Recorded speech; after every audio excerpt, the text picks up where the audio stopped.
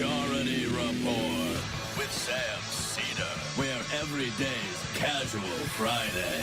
That means Monday is Casual Monday, Tuesday, Casual Tuesday, Wednesday, Casual Hump Day, Thursday, Casual Thurs, that's what we call it, and Friday, Casual Shabbat. The Majority Report with Sam Seder.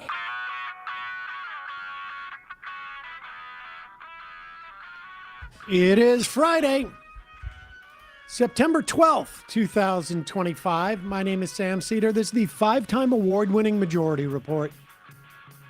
We are broadcasting live steps from the industrially ravaged Gowanus Canal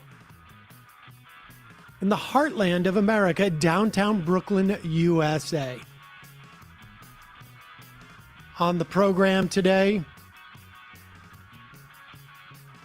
Kirk killer turned in by his father. He is a 22-year-old son of a former sheriff. Meanwhile, Trump hoping Kirk's murder is his Reichstag moment. Trump announces he will send the military, U.S. military, and invade Memphis. Not Utah? Not Utah. Senate Republicans trigger a nuclear option to confirm Trump nominees in large groups. Paramount Skydance looking to buy Time Warner as Barry Weiss readies to take control of CBS News. A lawsuit filed over the U.S. military's maintaining decades-long system of holding tens of thousands of Korean women in sexual servitude. 16-year-old Evergreen High School shooter in Colorado espoused white supremacist views in lead up to shooting. Trump regime destroys $10 million in contraceptives destined for low-income countries. Jesus. Brazil's Bolsonaro sentenced to 27 years as a result of January 6th. Oh, no, I'm sorry. I meant his coup. He's 70, by the way. That's how a functioning democracy works. As Democrats in the Senate demand more info on that U.S. strike on a civilian Venezuelan boat. Venezuela says that boat was not Tren de Agua. California lawmakers passed a bill to ban ICE agents from wearing masks. And grocery inflation is at its highest since the year 2022. Lastly, Israel takes 1,500 Palestinians hostage in the West Bank. All this and more on today's Majority Report. Welcome, ladies and gentlemen. It is Casual Friday. Casual Friday. There you are. Hello. It was just breaking news that they have captured the alleged killer of Charlie Kirk. Now, supposedly the guy has confessed. He apparently confessed to his youth minister. His youth minister, I think, contacted the boy's father, 22 years old. The father, former sheriff, then contacted authorities. We know not a huge amount about this guy yet. We know that his family are big homosexuals. They have a lot of pictures on social media of them with guns and speaking proudly of their sons learning how to use guns. Mm-hmm. We know that the family is largely Republican. You have social media posts of folks in 2016. The shooter's aunt was not happy about anti-Trump protests. There's the shooter, I guess, dressed up or wore a Trump costume for Halloween. That could be, it's him kind of like riding him, so it could be anti-Trump, it could be pro-Trump. We don't necessarily know. No, it's difficult. There's a lot. I mean, it's people are going to speculate. Now, what we do know is that at the press conference, I guess let's start with this part of the press conference where and this is the governor of Utah, Spencer Cox. He reads off the engravings on the shell casings, and there are 4 of them. We'll have him read it off, and it is sort of clear. Maybe this is incorrect, but Spencer Cox certainly has made some assumptions about these inscriptions on the casings that I think maybe belie the fact that these people are not terminally online. But here are the things. He ostensibly is not, he just leaves it up to other people to speculate as to what these means. I mean, it's incredible because the guy's whole speech was about we're better than this, we shouldn't be insightful, but he's dropping partial information out there that is fuel for people to speculate on what this guy's intentions were or why he killed Charlie Kirk. In one direction. And this is not new, too. Like, we saw that there were leaks to the Wall Street Journal that have now been disproven, where they were claiming that there was pro-trans stuff written on the ammunition, and they had to walk that back.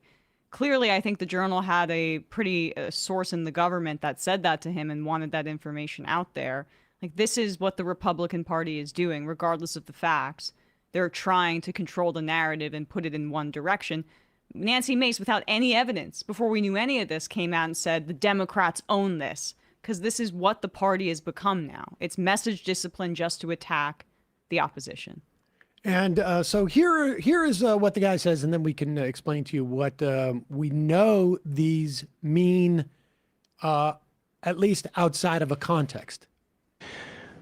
I know there's been speculation as well as to the writing on those casings, those bullet casings, and I believe we have that as well. And I will share that with you now. So the area north of Campus Drive Road where the suspect crossed over, you saw some of that in the video that we released last night, consists of a grassy area with trees on the edge of the UVU campus. Investigators discovered a bolt-action rifle wrapped in a dark colored towel. The rifle was determined to be a Mauser Model 98 30-06 caliber bolt-action rifle. The rifle had a scope mounted on top of it. Investigators noted inscriptions that had been engraved on casings found with the rifle. Inscriptions on a fired casing read, "Notices bulges, capital OWO, what's this question mark." Inscriptions on the 3 unfired casings read, "Hey fascist, exclamation point, catch, exclamation point." Up arrow symbol, right arrow and symbol, and 3 down arrow symbols. A second unfired casing read, "Oh Bella Chow, Bella Chow, Bella Chow, Chow Chow." And a third unfired casing read, "If you read this, you are gay, LMAO."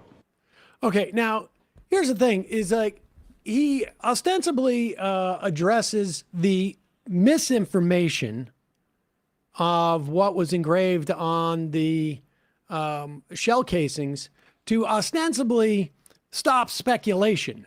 But of course, without any context, there's a lot of speculation about this because all of these sayings can point into various different directions. And we don't know what the purpose of this guy putting these etchings on this casing and leaving the rifle within 50 yards of the scene of the crime, why he did that. Per the press conference, the actual inscriptions on the cases, we already did that. Okay, so Evan Hill from the Washington Post offers these explanations. The first, notice bulges, OWO, what's this? His explanation on top is better, I think. Yeah. Is a copy pasta parroting furries. Furries are people who identify as animals. Right. Dress up, I guess. Yes. I don't know enough about it, to be honest. Right. And this is, it's online stuff. There are kids, elementary school kids, who sometimes will go to school and they really like puppies and they go. And I guess there are people who do that too. And that's that. The second is a reference to calling in an airstrike in the multiplayer game Helldivers, which has been misreported as, thus far, from what we know, as an Antifa symbol because of the arrows, but quickly people are pointing out that it's actually, the up arrow, right arrow, and then 3 down arrows indicates that it's about this game, Helldivers. And so this is specifically including the "Hey Fascist" catch, quoting a online video game. The third, Bella Ciao, Ciao Ciao, is a partisan anti-fascist song. I know it's in Spanish, but I don't know exactly. In the morning, if I'm gone, my dear, I'm going out to fight fascists. Something to that effect. Yeah. There you go. Yeah. I know the song. And if you read this, you are gay, laugh my ass off, is if you read this, you're gay, laugh my ass off. Now, the Bella Ciao stuff, one might, that's associated obviously with socialists. If you read this, you're gay, laugh my ass off. I don't know if I wanted to make a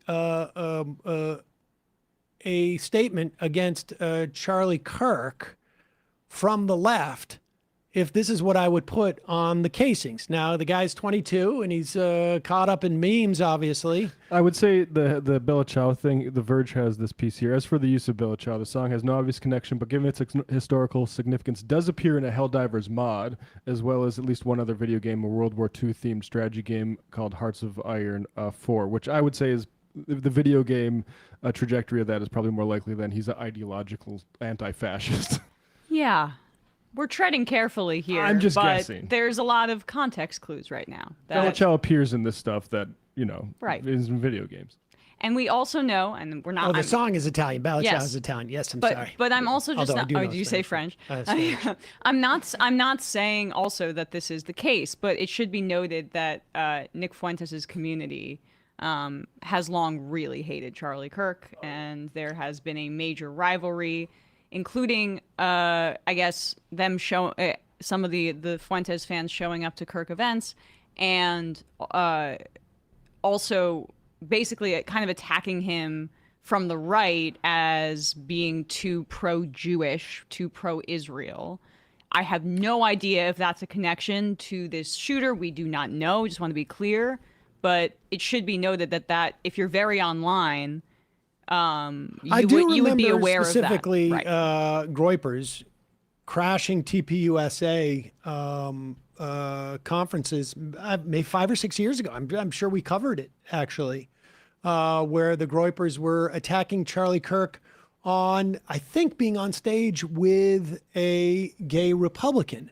Now, this was back at a time where Kirk's ideology was more libertarian, less Christian fundamentalist. He's moved over the years as MAGA grew. So we don't know what the reasons why this guy killed Kirk are. Now, this is ultimately relevant because the right has, from the moment that Kirk was shot, attributed this to Democrats and the left. And certainly there has been nothing from Republican officials and the leadership of, in fact, the investigation even, that has done anything except for pour fuel on this fire, while at the same time saying we've got to stop this violence that's going on in the country. Here is Donald Trump on Fox and Friends this morning. And let's just start with clip number one. Remember, Trump is has obviously been horribly distraught at the killing of Charlie Kirk, and he is also very explicitly attempting to use this as a way of both polarizing the country and trying to consolidate his power. This is an hour-long interview, and we'll go through some of the clips as the show progresses. But he's clearly using this moment to try and extend his authority. At one point in the interview, we'll play this. He says that he can change the mayor of D.C. if he wants. But listen to this clip about where Ainsley Earhart asks him about radicals on the left and radicals on the right. Radicals on the left, people are watching all of these videos and cheering. Some people are cheering that Charlie was killed.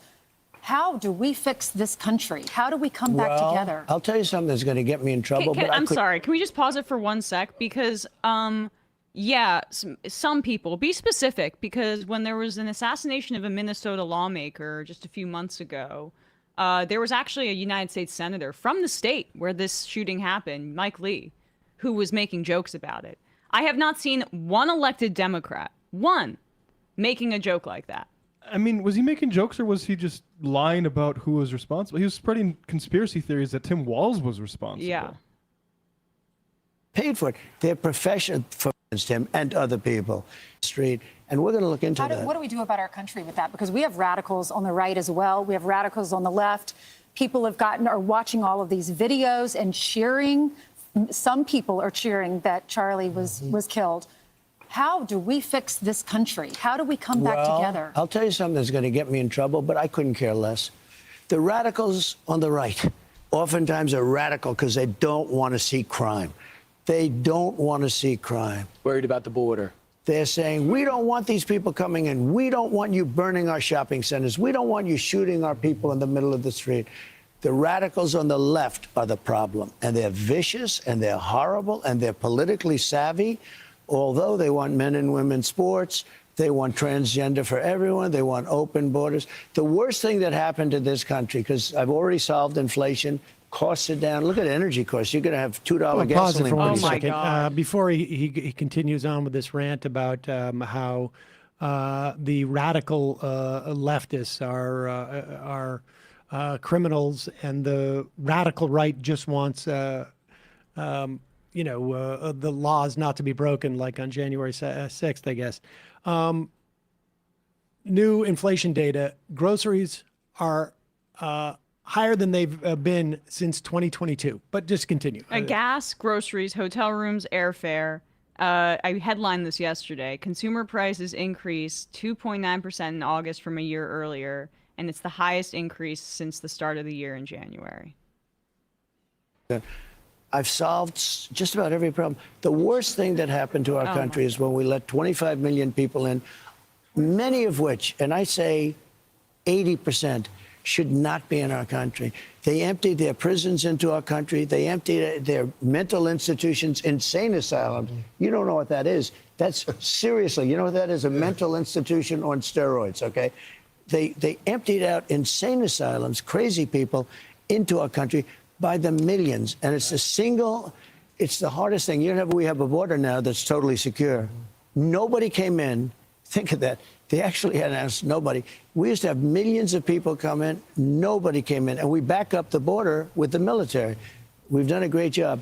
But the worst thing that happened to our country is to allow millions of people in from jails, mental institutions. Okay. So he's but understand, when he talks about this immigration stuff, this is all a predicate for sending in federal troops into cities, to having ICE, and justifying the federal police force. It's sort of like extrajudicial in many respects. And it's going to be the biggest police force in the country and larger than many other militaries. So he's tying in this notion of, and I don't know how much he maps this out, but at least in his mind, when he talks about radical right, then pivots to radical left, don't want law and order, he immediately starts using immigrants as the predicate for these radical rightists to bring in law and order against the leftists.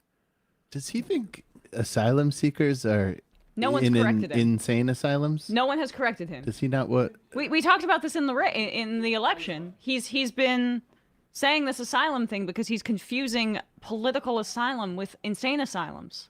But I want to Yeah, keep going on this note, because understand, this is what he's doing. He is trying to use this, and he also, with the added benefit of people stop talking about Epstein for a couple of days. Oh yeah.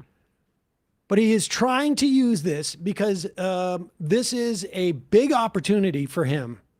In his mind, I don't know if he knows of the Reichstag fire or not, but Stephen Miller does. He had a copy of Hitler's speeches on his bedside table per one of his ex-wives. I just like his stylings.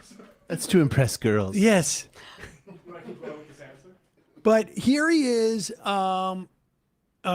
This is number 4, where he is extending this. They had a conversation later in the program about his endorsement of Andrew Cuomo. But listen to how he characterizes what an election in New York City that elects Zoran Mamdani is. Let me just say, our country is doing great. A year ago, we had a dead country. It was a dead, embarrassing country. We have the hottest country anywhere in the world. Mr. President, see these buildings? Pause it for 1 second. Pause it for 1 second. They all just sort of look at him when he says the hottest country in the world. Nobody knows how to. Yes, when India and China and Russia get together to forge their new alliances against us, they're talking about us. That's the important thing. Hot you want as them in talking to you. Radioactive, hot as in radioactive, hot as in one of those enigmas that never age. In the world. Mr. President, see these buildings? A lot of them in New York City you built. I do. That's called capitalism, not socialism. We have Mamdani, who is ahead of... Pause it for a second. Now, people don't know this, but in countries that are partially socialist, even fully socialist, there are no buildings. People... Yeah, like China has a tough time building buildings. Yes, if you look at they have no buildings. It's all tents. Also, the way she's talking to him like she's his granddaughter. Mr. President, look over here. Look at this photo of your grandkids. Look over there in the back. I mean, he needs this visual aid for him to look at capitalism. Trump used illegal undocumented labor to build Trump Tower. He didn't build it himself. He wasn't out there with the hard. Capitalism. Good. polls here. What's your reaction? Not socialism. We have Mamdani, who is ahead in the polls here. What's your reaction? It's amazing. It's up by 20. I call him my little communist. He's my little communist mayor. But, you know, he has to come to Washington for money, a lot of money. And it's amazing. I was so surprised by this. Even the other two candidates, I mean, you know, you look at the candidates. Now, maybe one-on-one somebody could beat him, and I'm not looking at the polls too carefully, but it would look like he's going to win. That's a lie. And that's a rebellion. It's also a rebellion against bad candidates, okay? It's a rebellion. They're tired of it. You know, they're seeing things happening. We have taxes being put on us in New York by Democrats that is so bad that even the Democrats are revolting. It's not possible for a Democrat to lose. I did, in the Okay, presidential election. aside from the fact that what he's saying is completely incomprehensible, the Democrat is going to win ostensibly in this election, and he's saying it's a rebellion, and the candidate that he is talking about wants to raise taxes and has been rather public about that. So I don't know what else to say, but that. To call it a rebellion, and then he realizes, like, wait a second, an election's not a rebellion. It's a rebellion against Democrats. And that's why Curtis Sliwa is not going to win. And it's a rebellion against bad candidates, one of whom I'm endorsing against Zoran Mamdani and Chris Cuomo, or Andrew Cuomo. Yeah, and they were not able to actually strong arm Eric Adams out of the ballot. Like, the ballots are locked in at this point. They were trying to get him to drop out to coalesce behind Cuomo. And I wonder what that, like, it's interesting that they weren't able to get him to do that. I mean, they were able to get him to try to, like, use his pending prosecution to agree to their immigration crackdown. Is that a harbinger of things to come, of their power waning? I don't know. Well, I think what happened with Adams, too, on some level, is that the leak that they were having this conversation, there are people who have large investments in Saudi Arabia, and Eric Adams is on team Eric Adams. And I have a feeling that there were other people in the sort of orbit of Trump who said, no, we're not going to send Eric Adams to Saudi Arabia. Right. That is not happening. That's a job for, like, your son, Eric Trump, who's mining all that crypto there so we can make some more money, buddy. And I suspect that Eric Adams also, he's like, well, if I'm not getting Saudi Arabia, like, I want something very cush, because he's used to getting paid for stuff just even from being a borough president in Brooklyn. So, but this is, understand how they're using this. Now, again, it remains to be seen what the politics of this guy, Tyler Robinson, is. If you look at just the broad context, it does not look like a guy who's coming from an Antifa background. Mm-hmm. But, one never knows, and we need to hear. But certainly some of this, like, we have been saying from the beginning that the Groypers really don't like Charlie Rose. And Charlie Kirk. Not a big fan of Rose. Also not a fan of Charlie Rose. But Charlie Kirk. And should also say, we don't hear much of them anymore. The Boogaloo Boys, they had an ideology that was very much about creating a civil war or civil unrest. And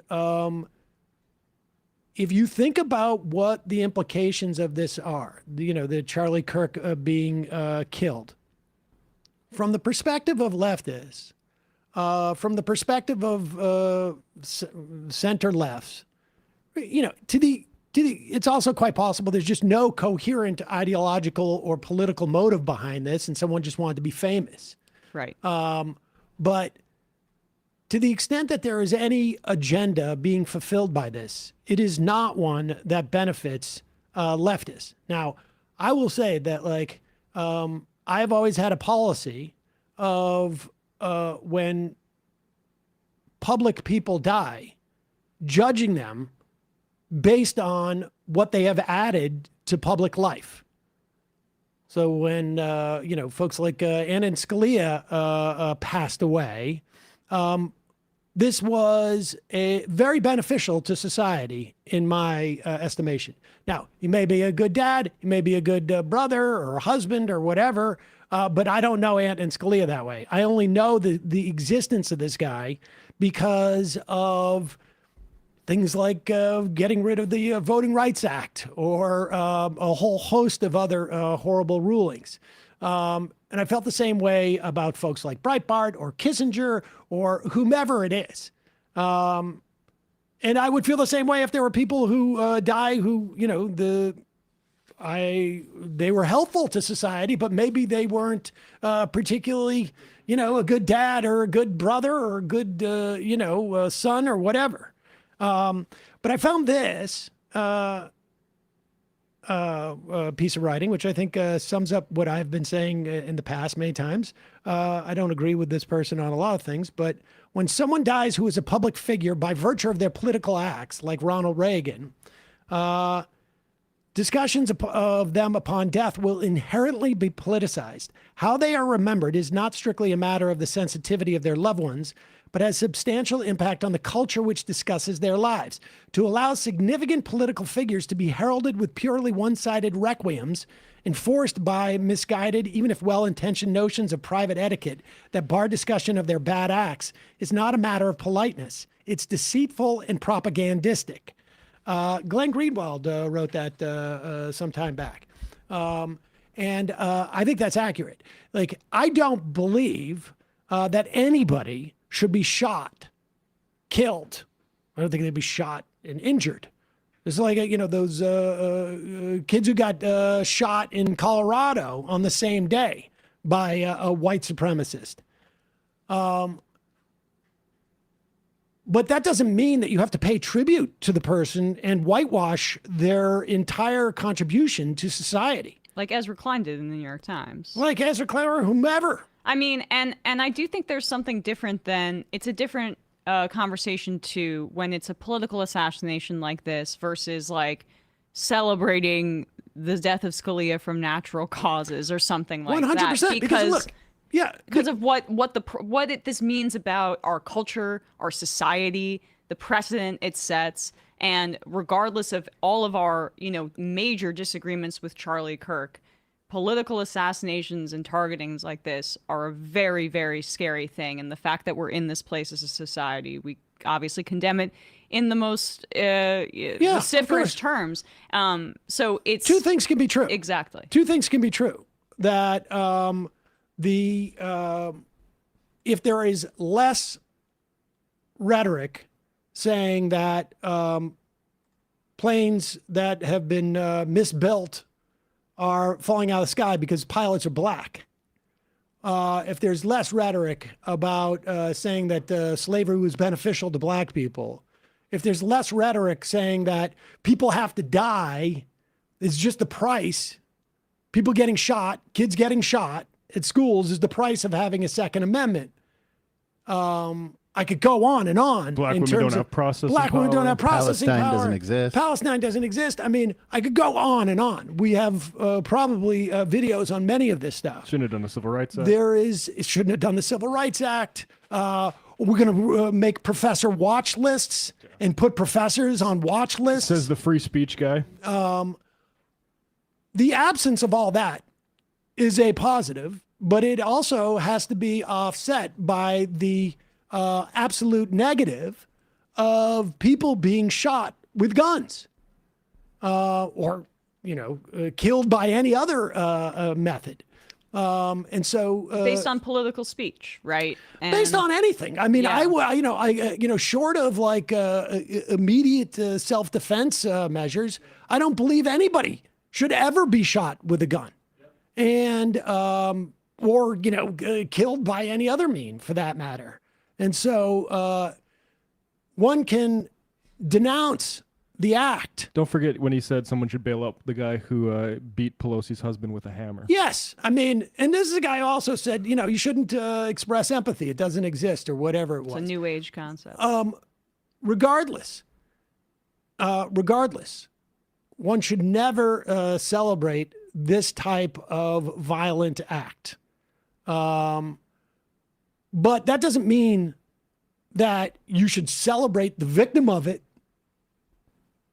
because now I understand why people who have a problem with, have questions as to whether black people can be competent or whether, Jews, as he said, not all Jews, but many Jews are conspiring to support these causes. Anti-white racism. Anti-white. I can understand why those people would see this guy as some type of martyr because that's their right-wing, authoritarian, revanchist perspective.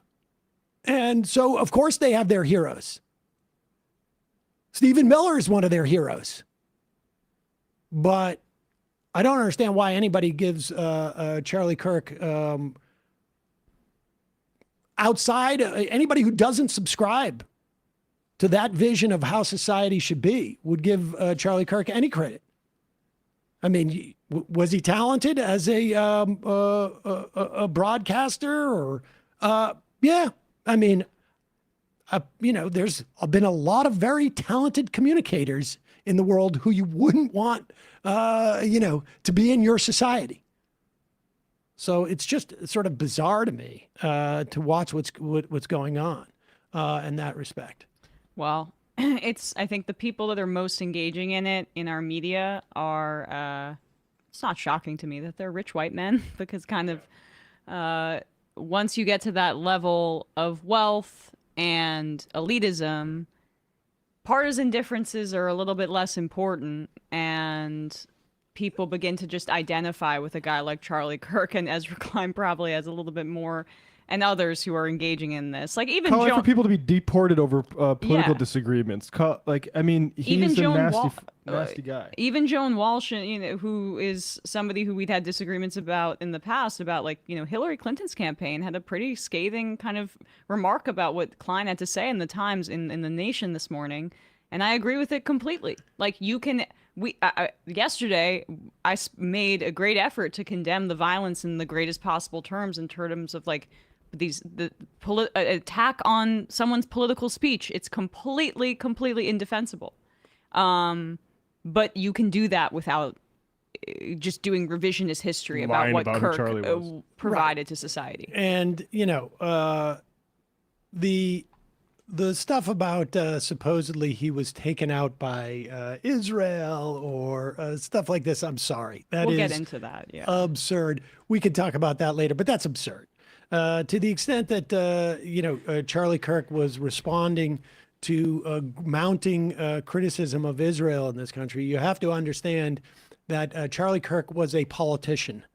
And his ideological stuff has moved significantly to the right over the course of the past 10 years. Even on MLK, he used to be more pro-MLK and now is anti-MLK because of Fuentes. I'm telling you, when I debated that guy in 2017 or 2018, he was significantly more libertarian than he was when he died. And part of that was because he was being challenged over the course of that period of time. I mean, this is a guy whose most recent comment on gay people was that God's perfect law says they should be stoned. I don't know if he subscribed to God's perfect law or not, but he's out there saying that publicly. I am quite sure that there is video out there of the Groypers coming in and at a TPUSA conference and criticizing him for sitting on stage with a gay guy.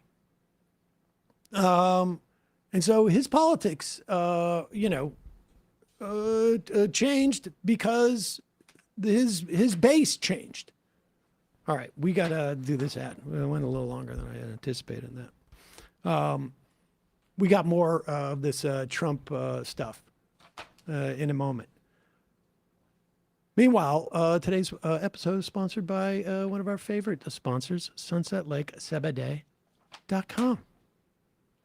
Summer's almost over, and if your summer was like mine, you probably need ways to recenter. Although I have to say, it's really the start of the school year. Oh my gosh. I had forgot how taxing that can be. As I'm getting like 2 hours of sleep, and my cat has decided now that the time to wake up is 4:30 in the morning. Oh. And with me nervous about my son getting enough sleep, I keep his door shut and my door open, and then the cat comes in, and that has nothing to do. Got to be able to shut the cats away. That has nothing to do. He's so loud. that has nothing to do with this from sunsetlakesabade.com. Although we all need a little more self-care these days. I'm speaking of myself. Maybe you have some aches from traveling. Maybe you are just, your nerves are a little frayed for what's going on in the world. Maybe you need some help getting your sleep schedule back. I can get to sleep now, and largely in part because of the Goodnight Oil from sunsetlakesabade.com. But the problem is I get woken up. However, for you who does not get woken up, try the Goodnight Oil. And now is the perfect time to do it, because between now and September 14th, you can save 30% on all of Sunset Lake Sabade's tinctures when you use the coupon code Fall Tincture, TINCTURE. That includes their everyday formulas. They got it in many different concentrations, different flavors, sleep tinctures. They got some with melatonin, some without, and even their pet tincture. Now, my understanding is that's for dogs, but I wonder if I gave that to my cat. But the problem is I'd have to give it to him at 4:30 in the morning. That's the problem. But I'll tell you, the Goodnight Oil is great. I have given many, many gifts of Sunset Lake Sabade tinctures, and people love it. Sale ends September 14th at 11:59 p.m. Eastern, so don't wait. Stock up on your favorite tinctures with this deep discount sale. Head over to sunsetlakesabade.com.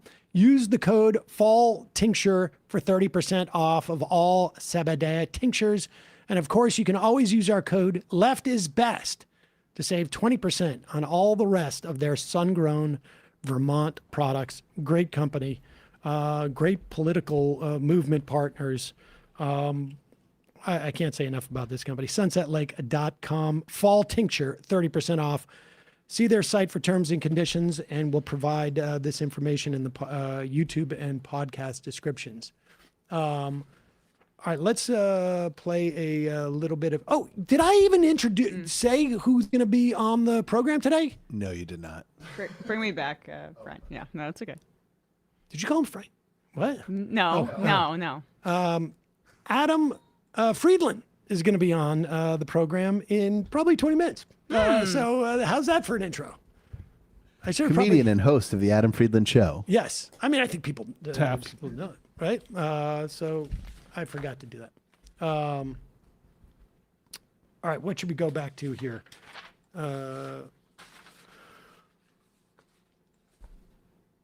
Okay, yeah. So Trump has been in mourning.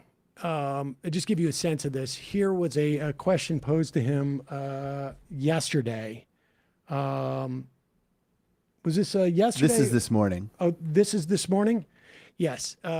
He is back into mourning mode. This is, well, they call it mourning for a reason. This is Donald Trump in the morning today, talking about how difficult it's been.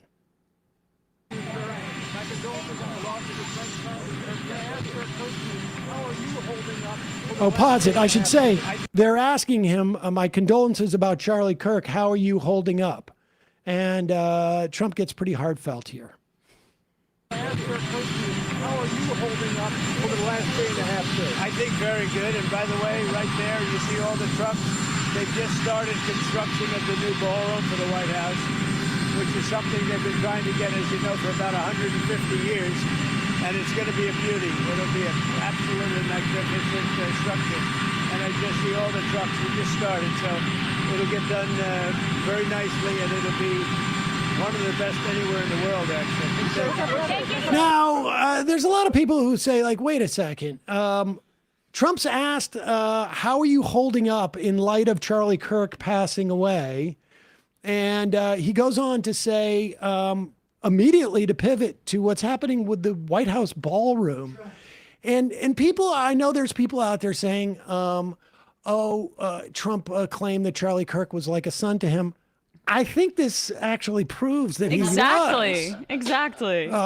This is, I can't imagine Trump responding any other way. Now, of course, this is 3 days after. Let's just check out how he was doing last night as he was in mourning for Charlie Kirk. On 9/11. I mean, on yes, 9/11, a somber day. day. Grief is not linear, Sam, and it doesn't. You can't judge people For how they process for how things. they process. There's denial. There's bargaining. We don't. And those, Sometimes there's the village people. and sometimes those stages flip.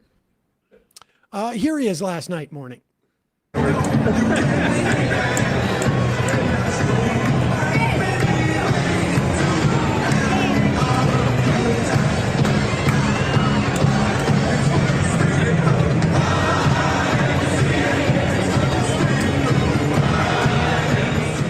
That's my jam. Beautiful song. I mean, We can't spend all our time in mourning. Celebrating the all day your I got the problems. tallest building in New York. Yep. Do we have the photo of Trump crying though? I mean, he did show some public kind of grief. We played a little bit of footage of this yesterday, but now we have high quality still images of Trump just being, this is the typical face when you're sad, right? I wish someone would play the YMCA. Some people were making fun of, maybe Trump might have had a little bit of a droopy face. And oh my God, dude. And there were all these Republicans like, he's just mourning. He's mourning. That's the famous mourning face that you make. I mean, the most anodyne explanation is that he had dental work done. I've got problem with my Invisalign. Sure. Everybody's on me about that. I like to. We know that he loves to steal some strokes during golf. YMCA.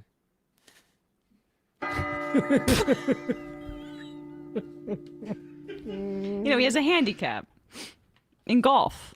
Oh my God. Let's. You want to do this weird Spencer Cox thing where he talk about praying for the identity? There's a couple of things. This is again from the press conference today, where Spencer Cox wanted to end speculation about what was on the shell casings, and so basically reads off what was on there, which of course is nothing but an accelerant and fuel on a speculative fire. Like, if you genuinely wanted to inhibit speculation, you wouldn't release this information right now until you had a broader context to it. I will also say, at one point during this guy's press conference, as he pretends, and it's sort of fascinating because this was a very, very dog whistle laden press conference, because he knows he's taught. He's got obviously within Utah there is a politeness about Mormonism that he's got to appeal to. He also knows that he's being viewed nationally, and so he's got to come off like he's calling for national reconciliation. But he does specifically say he was proud of Utahns by dog whistling. Essentially, we didn't have any George Floyd protests here. Now, he didn't say George Floyd, but he started going through a litany of things. Now, there's a whole wide range of responses that could happen here. And we know somebody was beaten up, I think it was in Idaho or Iowa. I'm not sure exactly where there was a protest. They went past the vigil and said, fuck Charlie Kirk. Oh, yeah. Idaho. People didn't respond so well to that. But he did not have to bring up and sort of like contrast what his story of like buildings being burned down and whatnot with this moment, because his people know what he's contrasting. And to, I think, like the sort of like the ears of people who aren't familiar, what is the consistent refrain of right-wingers in this country about what happened during the Biden administration, or during 2020, it would have passed. But and here he is now, also sort of like, this is a weird thing to pray for. You know, this bad stuff happens. And for 33 hours, I was praying that if this had to happen here, that it wouldn't be one of us. That somebody drove from another state, somebody came from another country. Sadly, that prayer was not answered the way I hoped for. Just because I thought it would make it easier on us if we could just say, hey, we don't do that here. Can you pause it? I wonder who his us was. Yeah, look at Kash Patel behind him. Like, we don't know who leaked that false information to the Wall Street Journal from the the Bureau of ATF. But I believe, but it was false information. And I believe that Kash Patel is the acting director of the ATF, or he was removed, sorry, in April of 2025. Either way, they were trying to get ahead of the narrative to blame trans people immediately because they don't want it to be one of us. And you can look at that in if this shooter was from Utah, but was of Muslim descent, or was black, or was Latino, do you think that this governor would be saying his prayers are answered? His prayers are answered. And I mean, this is entire, like Charlie Kirk was asked about shootings in America, and he said, what do you mean, gang violence? And then he was shot in Utah. Like, this is the same denial about this problem with guns in this country and violence, that they like to put it off on some sort of racialized other. No, it is you, Spencer. Right. And this is proven when you look at per capita crime statistics, violent crime statistics in red areas of the country versus the crime they're constantly talking about in blue cities, because that's code for basically liberal degeneracy and multiculturalism, which is what they're actually at war against.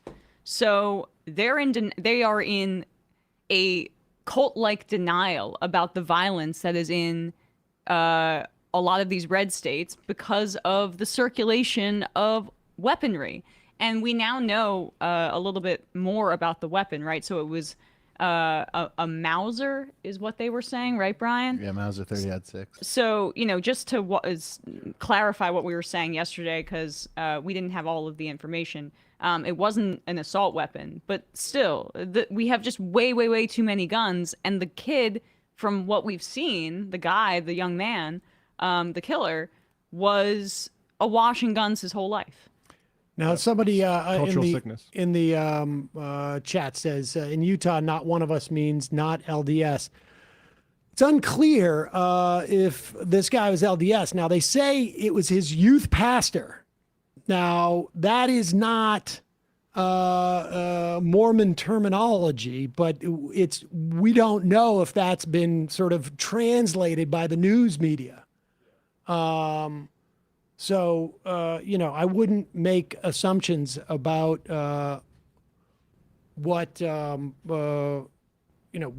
religious background this guy comes from. It doesn't matter. Just preying on the identity of the shooter coming from a governor, whatever he means, it's insane. Exactly. It doesn't matter. Exactly. I mean, the shell casing talk, all of this stuff. I was praying that it wasn't one of us, that it was an outsider from a foreign country. Like, why?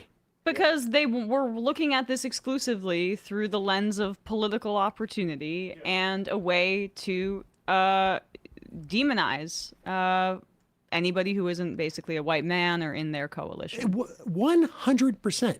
Because, there's another perspective. You could say, like, it is heartbreaking when I think about someone from our community. Yes. Where we have these values, and it is a reminder that there is no community that is not subject to having people who do bad things. But instead, he's like, I've been hanging on to the notion, wishing, praying that I would not have to recognize that bad things and bad people are like us. And, you can, I mean, this is one of the only times in the entire thing where he almost starts to choke up, where he has to sort of like, it is very difficult for me to admit that there may be some flaw in my, do you have the quote tweet of what I sent too in the chat of this tweet? Because I think the point is really good.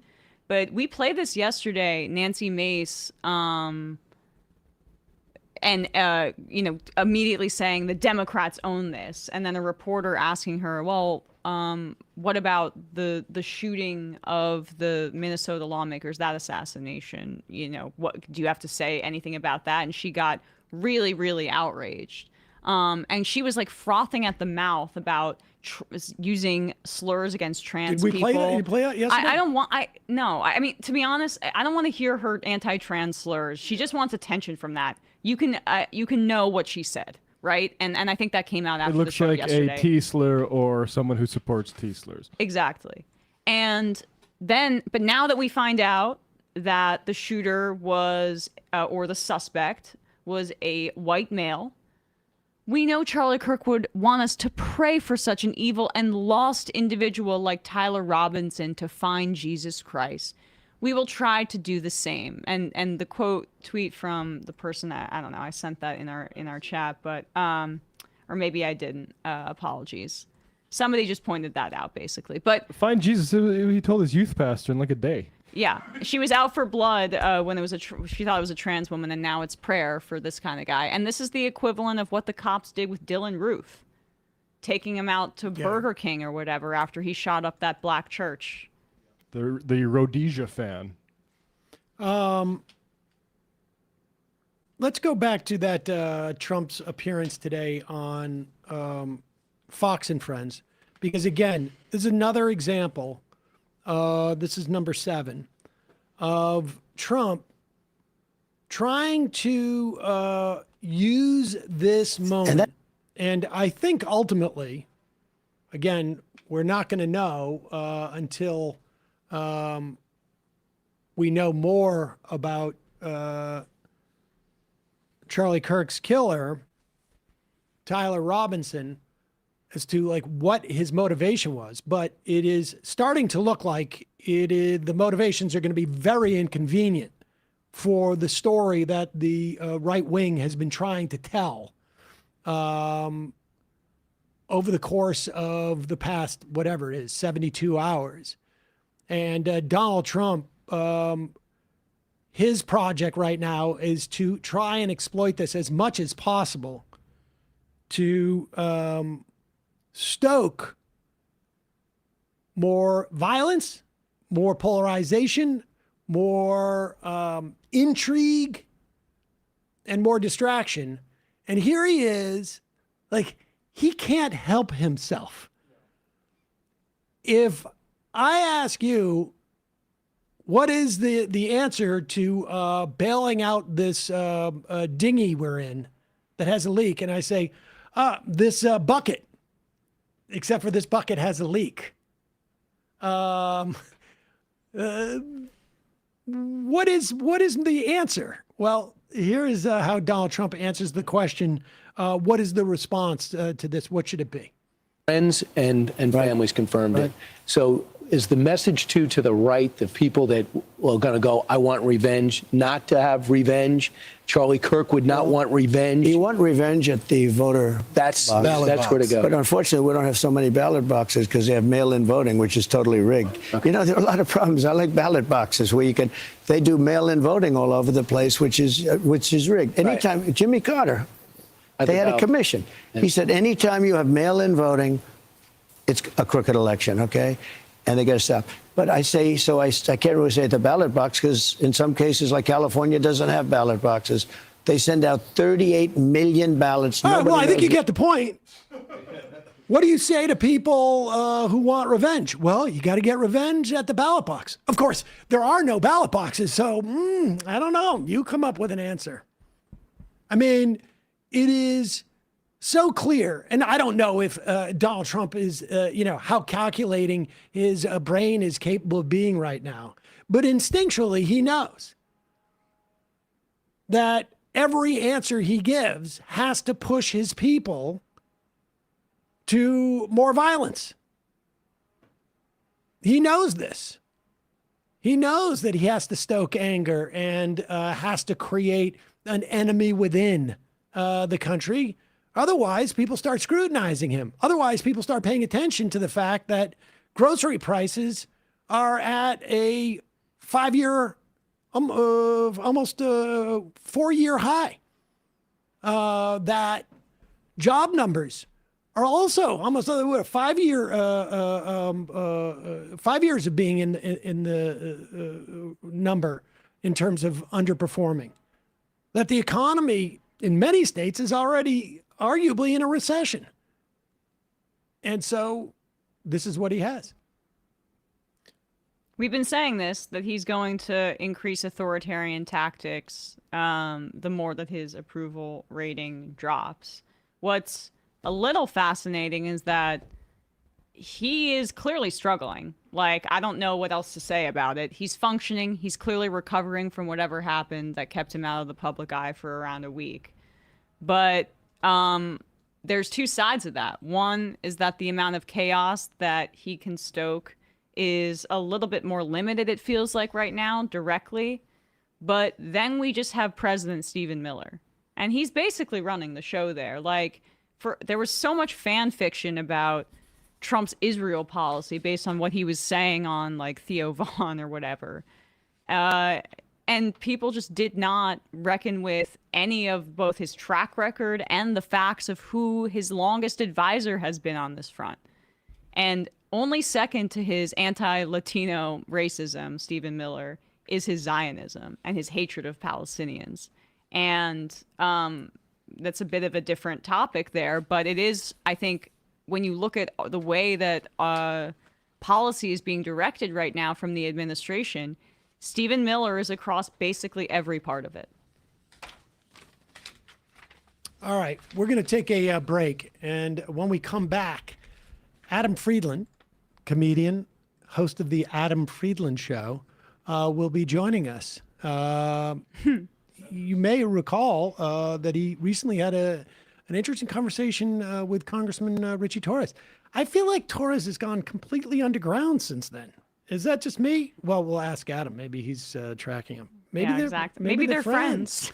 All right, we'll take a quick break right after this. We are back. Sam Seder, Emma Vigland on the Majority Report. It is a pleasure to welcome to the program Adam Friedland, comedian. You're the host of the Adam Friedland Show. Is that correct? Yeah, barely a comedian at this point, but yes, thank you.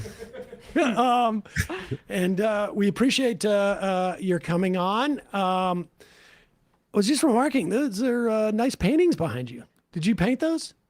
No, yeah, no, a guy painted it. Yeah. Okay. I Got it, Mark. Sure that it was, it's nice. Yeah, I've decided if I'm never gonna own a home, I may as well. I'm a hard asset. I'm like a money under the mattress Jew. I had everything in checking until like 6 months ago. I'm very bad at money, but I was like, I can never like look at a stock portfolio or something and like feel pleasure, but I'm like, if you buy something that you look at that's nice, like whatever, these wacky folks, I'm like, yeah, that's like, it makes me smile. I know there's been speculation as well as to the writing on those. Where's that coming from? The voice of God, I guess. Who's that? We don't know. Well, that was the the governor of Utah.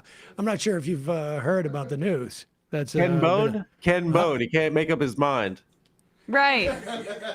Undecided. What's going on? Yeah, there's been news. That guy in the red sweater.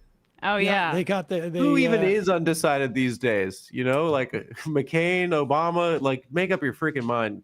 Exactly. Well, it's you're just catching up with that election.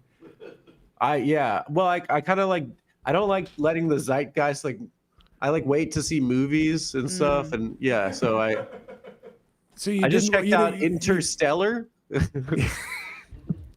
What a load of dreck that was. That's also a good one that's percolating right now.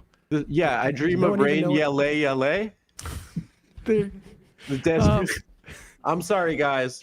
barely a comedian, as I said. Yeah, the news really stinks, right? Yeah, it's a very difficult news time. Of It's course, usually not good news, right? It's usually bad not news. good, but this is like a little bit more intense than normal. But what I thought we would talk about a little bit. I don't know if you remember this, but you had a conversation with Richie Torres, who's a congressman from New York, and that caused quite a stir. Yeah, I saw that. Yeah. It wasn't a stir. I think most people liked it. Yeah, well, I mean but people were, I think, excited. Not those guys, the Barry Weiss people. They're saying that I was like a hook-nosed like a banker, or like they're going old school anti-Semitic. Well, that's the thing. The Barry Weiss people really took you to task in a way that I found a little bit surprising, because it was as if like you let them down. Have the folks over at Free Press, and now I guess she's CBS News, did they, I mean, had you had some type of like prior relationship with them or something? They seemed very, very disappointed in you. No. And then had an issue with like how un-Jewish you were. They expected more. I don't know. They've been following. I mean, they've been following since the breakfast sandwich episode of Cumtown. I don't know. What were they? Yeah, no, I didn't know what it was, the Free Press. But I will say that my father, at first, when I was doing that interview, I mean, I don't know. It's like, this is like an argument we've been having in our family for 20 years, and now it's a very public about Richie topic. Torres. Yeah. Is Richie Torres dope or not? Yeah. But my father, my dad watched I thought, it's just like, I didn't want to, they're members of your family. It's that were born shortly after the Holocaust, as I explained, and they kind of have been, there's a certain paradigm that they've been operating under most of their lives. And it's I didn't want to like, it's difficult. It's like, it's families and stuff. I didn't inform my decision to say what I wanted to say, but I was like, my dad told me his heart rate monitor went off multiple times. Oh, I was like, I'm going to kill my dad, which would make you Hamas. But he watched everything. He watched it. Okay, enough with the jokes, Emma.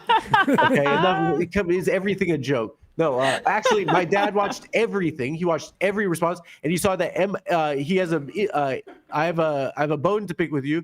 You said that he said, and the Majority Report girl said that I'm a radical, and I was like, no, I'll set the record straight.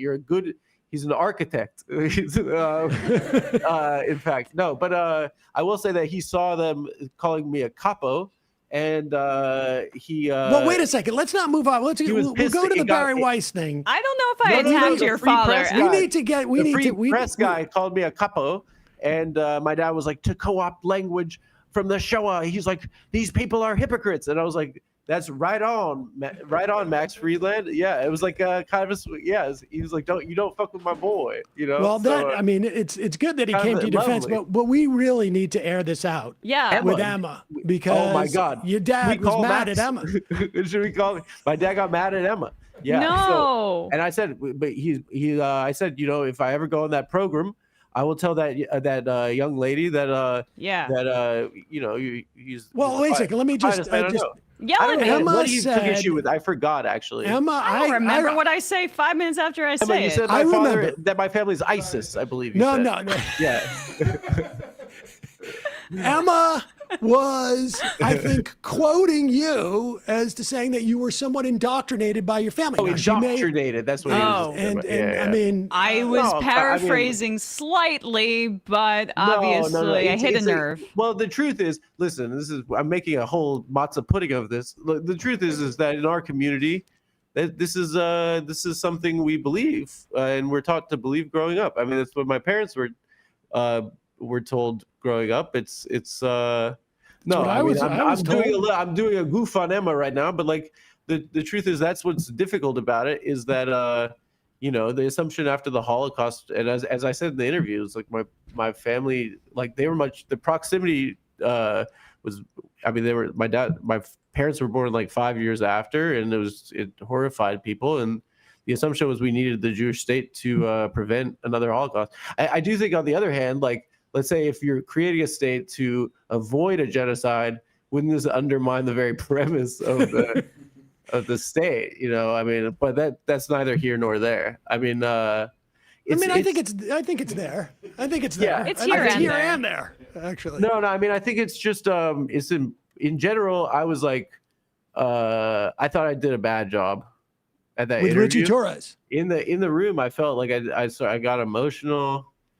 Typically, I'm like, I was talking too much. I wasn't really listening. I was just talking. It was just something that kind of happened. It wasn't like deliberate.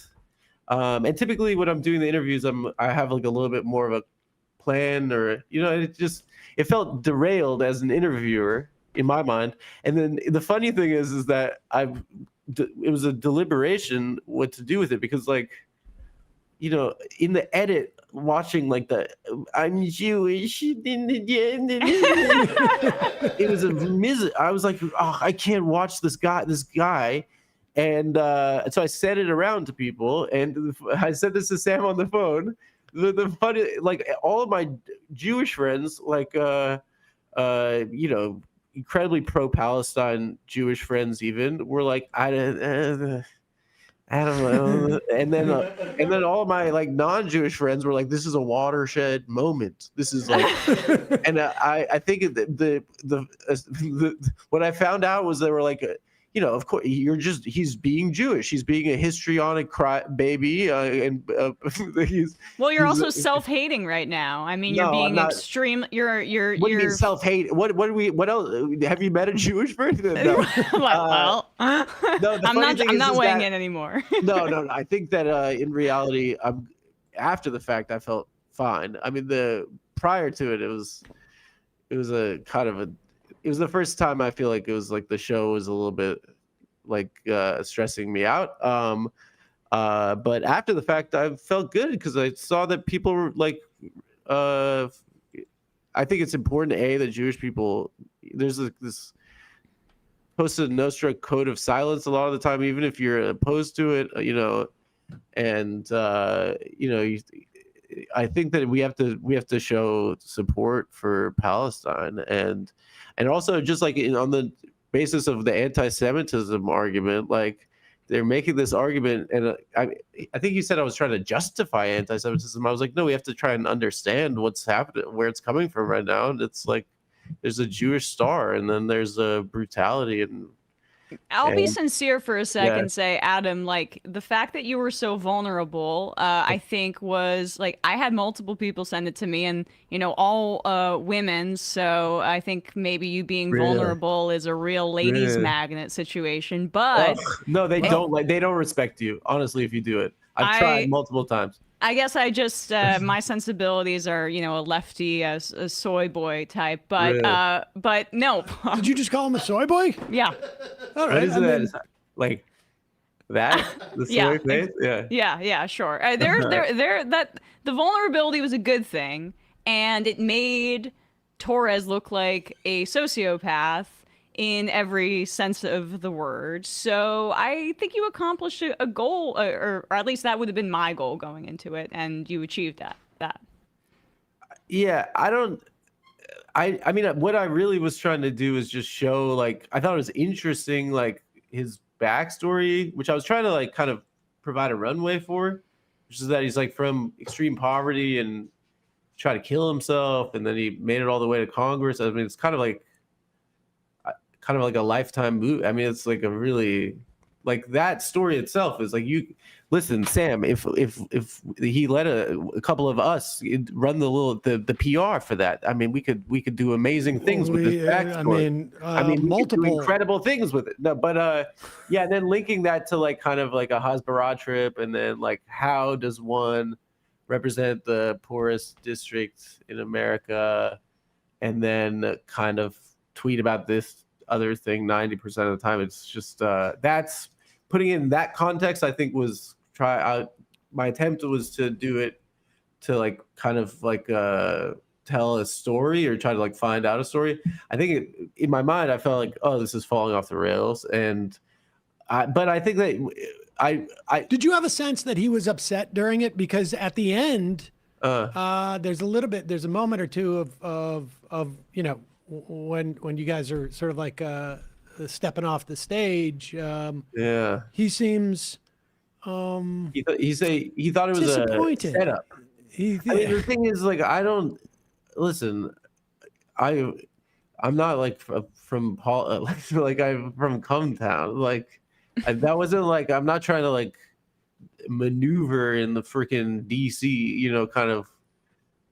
I think he thought that it was like I was an activist or something. He said he used the term activist a couple times. When I saw that interview with Jonathan Greenblatt. It came out 2 days prior with the Times. This is the head of the ADL. Yeah, and they use like lived experience a lot, right? And which is funny because it's like kind of like that's like what do you call it? Intersectionality, kind of like academic like terminology. But like it is kind of like as a move rhetorically kind of interesting because it's like if someone has their lived experience is that they experience anti-Semitism, that is, I guess, how they felt. But like in our minds, we're like, yeah, you saw a Palestinian flag or something. I don't like, you know, but like it's still their lived experience. So I was like, rhetorically, I want to just limit things to like only things that I know personally, and then see. That was, I think that came across. Yes, I mean, I think that was. I think that's what distinguishes what you did from sort of like a political. Well, I don't want to say political, but a political capital P, I guess. Sort of like actors or so-called objective journalism on some level, was that you were relating it to your lived experience, which, you know, I think in some instances for some people, I think is, suspect at times. But in your instance, I think it's certainly one that was consistent with my lived experience, at least, in this day and age. And he sort of, Torres seemed to take offense to that on some level. Only because it was inconsistent with his story. Yeah, I think. I mean, he could have like, if Bill Clinton if I was interviewing Bill Clinton, he could have fucking danced on that. If Lindsey Graham was sitting there, like Bill Clinton would have been like, "Thank you for sharing, and I will put this in my heart." And then I would have been screwed. Then I would have been like, "But you took $1.5 million from AIPAC," and then I would have looked like Columbia, Kafia, that whatever they want to call anyone that's opposed to the war. And but in reality, like I don't know. I was surprised, honestly, that it wasn't. I thought that, yes, as you said before, like I guess the kind of what I wanted to do was have this conversation not in like a internet point counterpoint way. I mean, like when he brought up like the Hebron massacre, I could have been like, oh, but like, you know, the fucking Stern gang and the fucking like Baruch Goldstein and like the fucking the King David Hotel. I could have like given my points and stuff like that too. But I'm like, yeah, but like, you know, how does that justify anything that's happened? Of course, there was violence leading up to the formation of the state of Israel. That's correct. But it's like, I mean, what's clear is that like, it's not like, it doesn't, that's where you lose the conversation. I think you just say to someone as an elected official, you know, you come from a certain place. Why is this your thing? And also, why do you, like, are you looking at this? Like, what are you seeing right now? Well, and I think that's it's more like effective, maybe. It was also just like what underscored when you made it about your like lived experience, and it was less of a politic-y with a capital P interview. It just made him trying to preach anti-Semitism to you like so farce, like such a farce, and so embarrassing for him that I don't know how he kept trying to go back to that well. Like, were you surprised that he didn't even acknowledge the history of like your family in the Holocaust or anything like that. It just felt like it's kind he of a just lack pushed of past it. It's more of a lack of political instincts, really. I mean, like, Well, yeah, I mean, he just like that's not like a good. You look like, I mean, politicians are supposed to be like razzle dazzle, right? Like, I think it's kind of like it was that was odd to me, right? Like, I think like the thing about Torres, why would he do, you know, like, you I think obviously look like, I think the thing about Torres is like I can say that he blocked me before I barely even knew who he was. And I think he has never put himself in a situation where his perspective on this particular topic has ever been questioned. I mean, so when we talk about political instincts, how did he end up on your show? Oh, good question. I think Like, I mean, like- I've been trying to think. Like, I don't know. I think he's probably, you know, the interviews are pretty funny, even if I disagree with someone. Like the Anthony Weiner one was kind of funny. It was hilarious. But like, obviously, I was like, yeah, but you did like, you should go to jail for something involving a minor. You know, like just like I still pushed back, but somehow it's still kind of funny. And I think that maybe. I don't know if I what the fuck do I know about, can I curse on, are we on the terrestrial? Okay. I mean, if I had to guess, Not maybe anymore. his comms person liked the show, I think. And then probably like is that person still there in employment? Or you're just riding this Jon Stewart, new millennial Jon Stewart thing, and like he thought it sounded buzzy. And I don't know. How long can you milk what, that, buddy? Well, the thing that would make sense in my mind, but what do I know is that maybe like he doesn't want to get AOC'd, and the Bronx like swung heavy in the last general, and maybe he feels like he wants to like kind of pivot that, because I think that now he's saying like Zoran shouldn't lose his citizenship. Like he's like, I'm Martin Luther King, and this is my opinion. You know, I think that like, you know, they're freaking politicians. They're like, you know, they see internal polling and they do whatever wherever the fuck, you know, I don't know. I mean, I don't know. Listen, I'm just discovering this crap as well. There were 2 articles and now I'm fucking Walter Cronkite. I mean, like, what the hell do I know about any of this shit? It's kind of ridiculous. Oh, sorry. I have to get something. Do you have a landline? No, the door is here. Go get the door. Invite them in. Here. I was really cooking on that. Sorry. Yeah.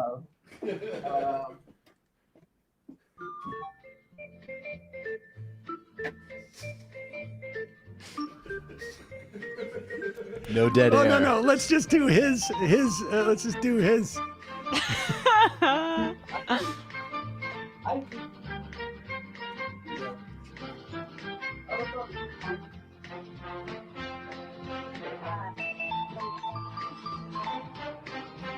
All right. Sorry.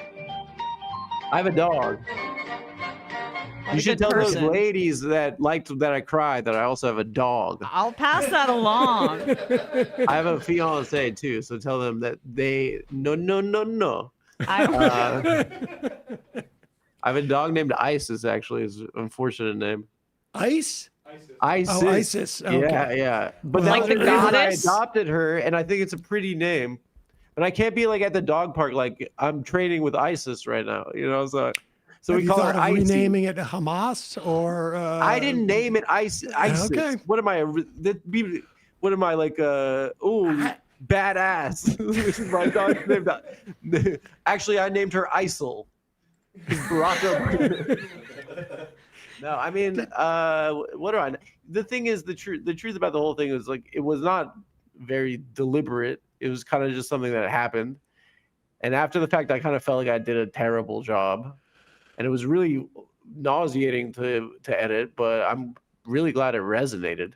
I have to say, I think partly coincidentally, but also I think that interview was a pivot point because in addition to sort of like all the polling that just came out at that time that I think like indicated the Democratic Party in terms of the voters was moving in a different direction.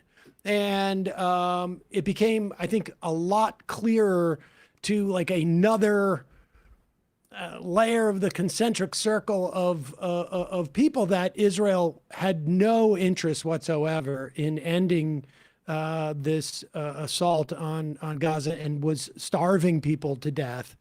But in terms of interview, you think? Well, I think the interview, I don't think but I think it was one more element, because within the weeks since your interview, there's been multiple Democratic Congresspeople, sort of like backbenchery types, and that have said, I'm not taking AIPAC money, because I think there is a certain momentum where the Democrat, and it's very, very slow, far slower than it should be in a both democratic and just world, but where there are certain, like, Democrats are starting to realize, like, my cost benefit analysis here is starting to shift. And I think, like, the Richie Torres moment was one where they're like, oh, geez, if Torres can't even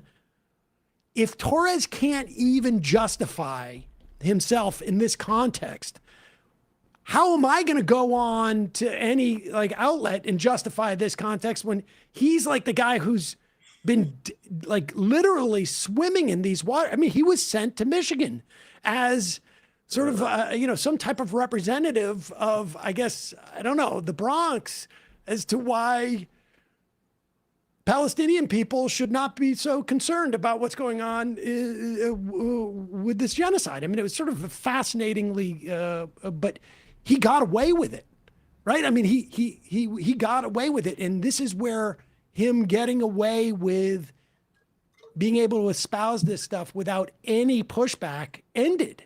And he, I think, was an avatar. He was certainly an avatar for, when you look at like Bill Ackman looking for, someone to run against.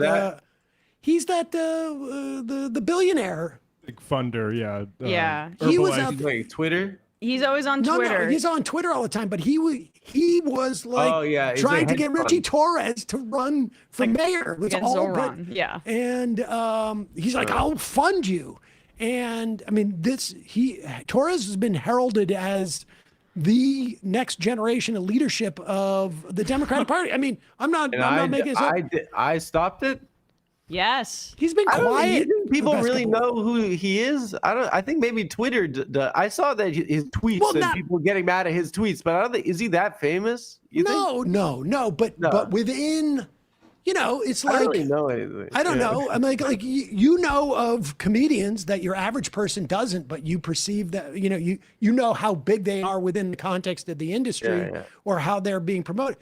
Torres was one of those people. He was the guy who just like won the awards at Just for Laughs, and he's a comic. Yes, well, he's the back of the room kind of guy. He's a back of the room guy. Let me tell you, there's this guy Heshi Teschowitz. He's one for us. The audience, he bombs every show, but in the back of the room, we're dying. I think a lot of those guys said he's not as funny as he was 6 weeks ago. Torres used to be hilarious, but Torres used to be very, very funny. I mean, I think that 6% of Democrats support like the operation in Gaza right now. Is that right? It's 8, but yeah, it's 8. I mean, classic capo move. Maybe the 6. The problem is more that the Democratic Party is just a completely inept organization. I don't like basically. Why sending him to Michigan? I don't know. The fact that they're now kind of disavowing, kind of taking donations from something that's supported by 8% of their constituency is I don't know. And beyond that, with my point about his response, I mean, if he did an "I feel your pain," I would have been probably cooked. In retrospect, I mean, I wasn't viewing it as a debate at that point. I was kind of just telling him as first of all, that a lot more people hate Jewish people now, and it's coming from the right predominantly. We saw Charlottesville happen before this. We didn't see I've never been like I live in New York City. Have you like Sam? Have you ever had a problem with a radical Islamic fundamental like? Like it's just like they were saying that this is during the. I mean, beyond that, the Democratic Party decided to just like tell this guy who's basically a rapper that went to Bowdoin that he's Osama bin Laden during the primary, and now like. You know, his biggest rival for mayor, right? Like Zoran, he's just a regular kind of like just yes, upper middle class kid, right? And then like they're like, you know, you are at Tora Bora right now. The Marines are firing on, you know, like they darkened his skin, and then now that he won the primary, the party hasn't even coalesced around him. Like the Democratic Party is like. It doesn't look good. Like it's kind of like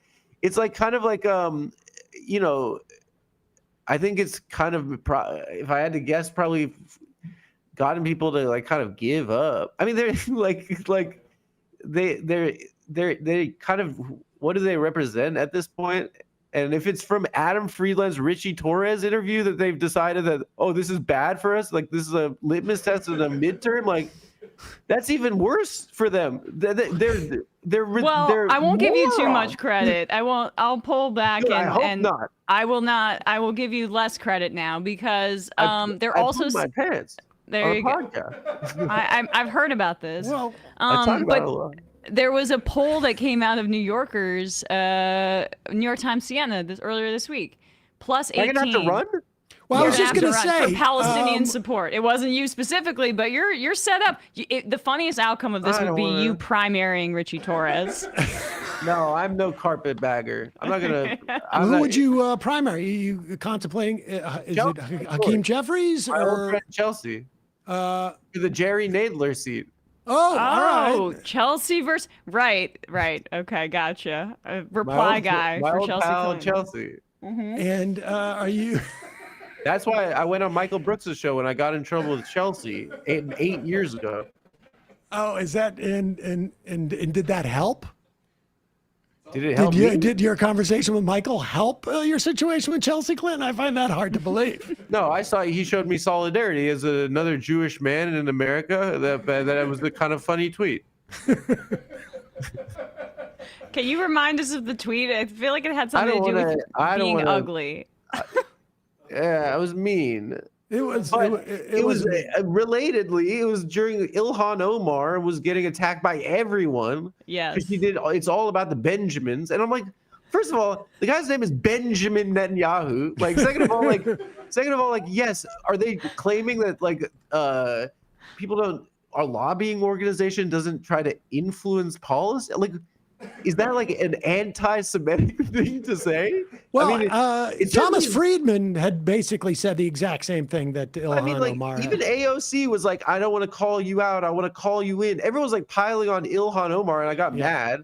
And Chelsea Clinton was like telling her about the tropes of that Ilhan was using in the notorious BIG reference tweet, like. And so then I was just like, she's not. I didn't even. You said Chelsea Clinton isn't even Jewish. She's just ugly. Okay, so there you go. But, okay, fine. But like, we self-deprecate. We say that we're ugly. Okay. And yes, that was. We should also say. It was not obviously just. It was not just like inappropriately objectifying of Chelsea Clinton, but it was also it's not nice. Vaguely anti-Semitic. What do you mean anti-Semitic? What, Mel Brooks can't dress up in a fucking Nazi uniform? That's the only thing we're allowed to joke about. Of course we wait. Your dad, when your dad is reminded of that tweet, he's going to be upset. You've forgotten your roots in the comedy clubs. The basis of our humor is self-deprecation. Self-deprecation, that's correct. Yes, yeah, of course. And then my analyst, and my analyst is Benjamin Netanyahu, and I don't know. I'm too worked up right now to defend this. I can't believe Sam would forget from whence he came. Well, listen, I've had my experience. You're on Air America. Tweets that were not necessarily long-term successful. For anyway. it was a mean joke, and then I got in trouble. Well, she responded. She responded. She quote tweeted me. She said, "But then my avatar is Chris Bosch from the Raptors. Blow up. Click on my avatar." So then all these people were like, "Chelsea's not ugly. You're ugly," and it was the basketball player Chris Bosch. So he was catching shrapnel. Yeah, the former power forward for the Heat and Raptors, Chris Bosch. But so people were calling him ugly. It turned into a whole thing, and then because people didn't know who you were. Got mad at me. Geraldo was like you're a fucking prick, and I was like, you're one of my heroes. Sandra Bernhardt's like, fuck you, you piece of shit. Like. Anyway, I apologize to Chelsea, and I would never primary you in a million years. And I hope you took her lesson on not engaging in anti-Semitic tropes. So we're the only ones allowed to. Okay, listen. Okay, it's our thing. Have you seen? It's true. Have you seen To Be or Not to Be the Lubish film? We've been doing this for years. It's true. I mean, I don't know why that was my reference. It was really douchebaggy reference, but we're allowed. Brian knows. Brian knows what you're talking about. Listen, we've done amazing things in this country, guys. Like those AI. guys over there. Those guys over there would show me one good romantic comedy they've done over there. They're just they haven't done one. We've done an we invented a media for these people. I thou't you meant we as Americans. I forgot. Are we live? Can this be edited? We're live. Yes. No. I'm goofing around, guys. Well, I'm sorry that your father was offended. I hope we can reconcile. You brought us closer together. That's good. No, my dad was watching everything. And then eventually he came across those the Barry Weiss people, and he remembered that he's like that's my boy. He's like, right. And it's lovely. Only I can call him a capo. It's that type of thing. Only I can call him a capo. Have you seen? Of course. What do you mean? We call each other that every day. Yes, but nobody else can. Yes, it's a Jewish family. It's normal. No, but the tweet said. Did you see the tweet that the guy did? He said it is the oldest. Is this the one?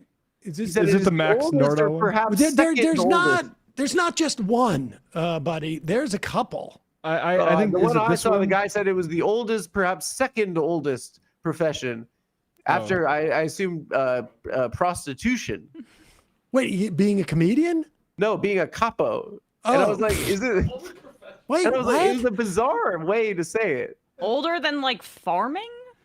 And why is prostitution on your mind? I think going to find food is probably the oldest profession. Probably.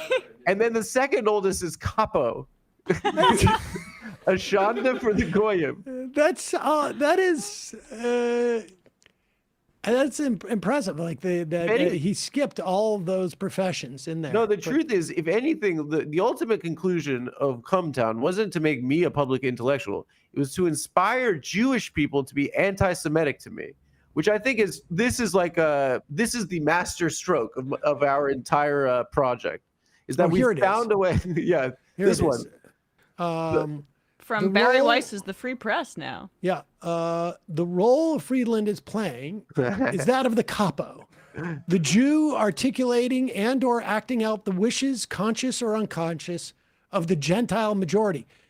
Now, I have to say, this is on tap dancing. Well, this is also a pretty serious indictment of the Gentile majority in this country, that you're supposedly like, this guy's, that part of it, aside from the fact that he's calling you a capo, also speaks to the incredible paranoia that the Gentile majority is they like Israel better than us. Yeah, no kidding. He should look into Kufi. This is really the world's oldest or second. Literally the old. Because I'm thinking about prostitution for some reason. Which is interesting. So he brings in prostitution, and then I replied, "It's the only engagement I've done in the after the thing came out." But I replied, I was like, "Listen, sir." Oh yeah. Can you read that, Sam, for me? Wait, Hey, dude, it's hurtful to be called that word, but I'm confused. Is it the oldest job or second, or are you calling me some sort of slut? Genuinely confused. Also, why do Zionists have to make everything the oldest or most ancient thing ever to make their point? It feels Listen. like a trope. Listen, the Emperor Hadrian expelled us in the year 175 AD, and we finally made it back.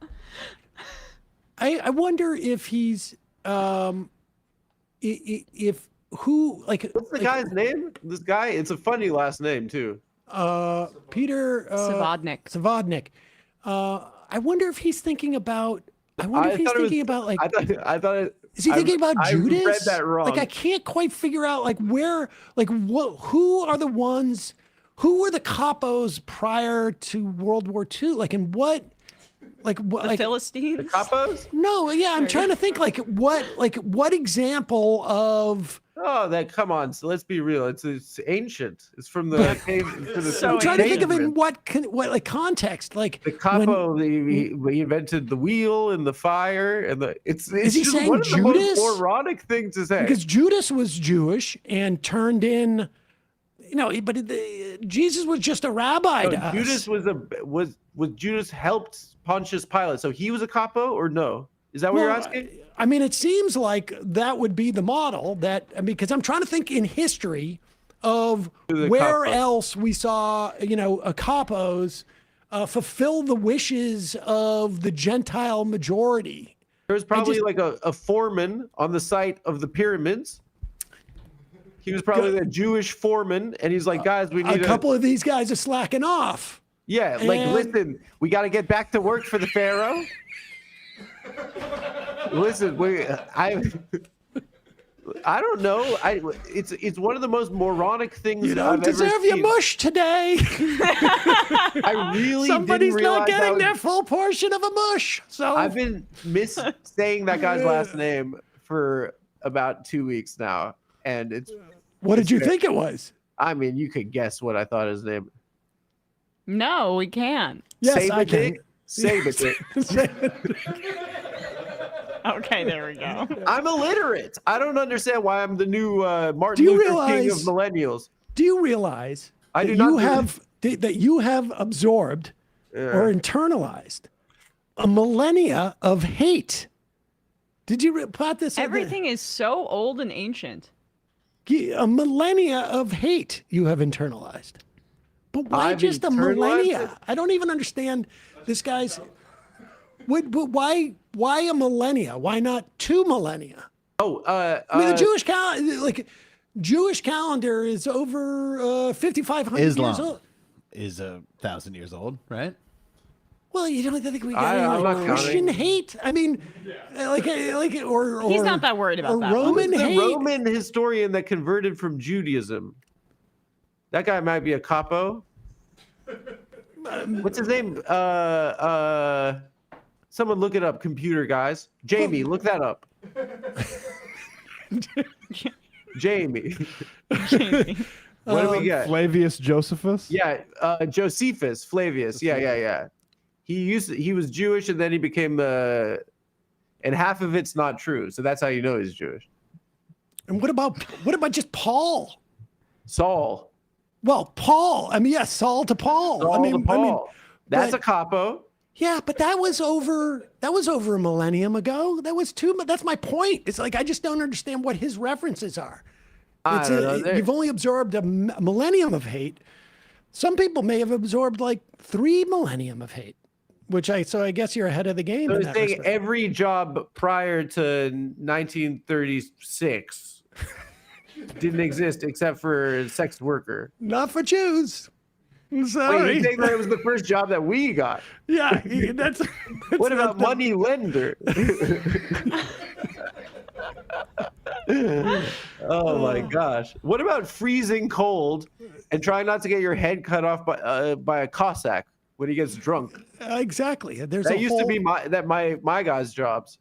Like, well, God, the Cossacks are coming. You're the one to tell everybody. Oh no, with these guys again.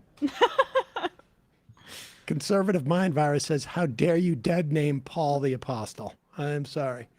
Not Who's very that? woke. He sounds scary, that guy. Mind virus. Conservative mind virus.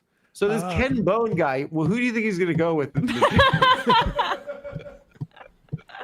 I remember Ken Bone yesterday. I couldn't stop laughing. I don't know why. God. Remember Yes. his big old sweater? Yeah, big red sweater. We used to live in a nice place. Remember how nice Exactly. things were? It's so not nice anymore. Yeah. No one cares about Ken Bone anymore. I was Ken saying Bone's this probably the other day. radicalized. This is really lived out. I started watching West Wing after Trump won the second time. What? And yeah, because I just want to remember how like it was just nice, right? That time of naivete. All the problems were like, should gay guys go to the army? Should should kids wear school uniforms? That was like, and they're like screaming at each other. It's like, it's so quaint. And It's, everything like, is lovely. solved by like the speech. liberal president just like giving the right wing groups a talking down. Dude, Jed Bartlett would cut this crap out. I'll tell you that. Oh yeah. In 5 seconds. It would be over. So who's next? Like, which you're going to do like a whole array of politicians that you're going to be interviewing? Yeah, we here? didn't even get to your I've Sarah had Jessica some Parker politicians- interview, Oh, which I really enjoyed. Okay. The dog walker's back. I'm sorry, guys. I'm a mess today. Go ahead. Okay. How many times is the dog walker? That's it. That's mean, the we've length had- of the dog walk? It's coming and going, I think. I'm Sounds like sorry, you went guys. But wait a second. Wait a second. Yeah. Your dog walker just takes your dog on like a what? Like a 10-minute walk? It's called a dog walker. Yeah. That's it? Shouldn't it go longer? You want me to complain to this working person from an app? It's the oldest profession. It's the third oldest. Third after oldest Capo profession. And selling yourself for sex. Anyway, what were we talking about? Ken Bone. Yeah. No, yeah, let's get back to Ken Bone. I You mean, want to talk about the Sarah not really. I just was. Oh, She who's seems next? lovely. Yeah, it's open. It's okay. Thank you. Should I complain or no? But yeah, Okay, thank you. that was awful short. Oh yeah. You could just pop it down there. That was awful short. Come on. I thought you were socialists. It's from the. I'm a geeky sewer mountain. socialist. I want the dog walked a little bit longer than that. Sam, do you complain at restaurants? I've never complained once, even if it's No. doo-doo cheeks, the food. No. If it tastes like poop, I'm like, fine, it's great. No, I'm okay. How's your meal? I'm like, ugh. Have you ever given anything except 5 stars or on like an Uber rating? If it's a never. bad ride, I just don't rank.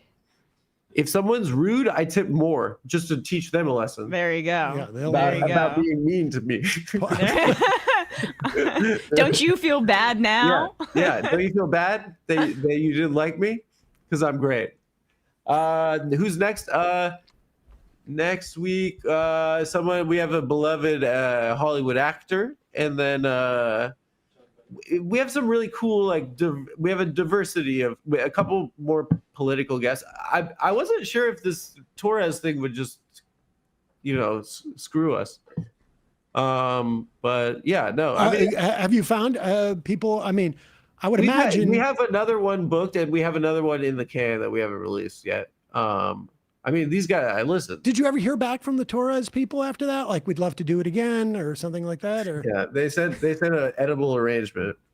No, I didn't hear. I didn't hear back from them after that. Yeah. But genuinely, like I've really enjoyed doing the show. I just want to get better at interviews. I mean, and I'm very lucky I get to do it. I mean, I don't know. I'm like kind of the luckiest bastard in the world. Somehow out of 2 articles come out that say that I know how to read, and now everyone thinks that I'm freaking Noam Chomsky or something. I'm gonna let everyone down in such an epic way, and I'll have to move to like Appalachia, get extensive plastic surgery, probably become you could restart. You probably even do better. I don't know better. Repackage, rebrand, more Heartland. I don't know. I don't think anyone wants me at all. But no, I mean, in reality, like Yeah, we have some really cool ones. The thing is like, you know, like I don't really know, like I try to not, I don't really like, the internet used to be funny. Remember that? Mm-hmm. There used to be like funny stuff to look at, and it's just not fun. There's no funny stuff anymore. So it's like, we have like social media people that post the stuff, and like, I'm not like really too engaged. I mean, I look like from time to time, like I've been looking this week, obviously, but like, it's so like when I'm interviewing someone that's like kind of associated with, you know, that world, the cool thing is like in the research process, I get to learn about it, and then I get to kind of interact with it in kind of as an outsider a lot of the time. And I think that kind of serves me well, you know? And like, you know, like when I had that Destiny on the show, I didn't even know that arguments were like a thing you could be famous for. You had no idea of debate bro culture or anything like that. Well, it's just like, but in reality, that's kind of what the internet is. It's just everyone's having an argument all day long. So, I mean, in a simple sense, if I could do something that's nice, that's kind of makes people feel nice and they laugh a little bit, I don't know.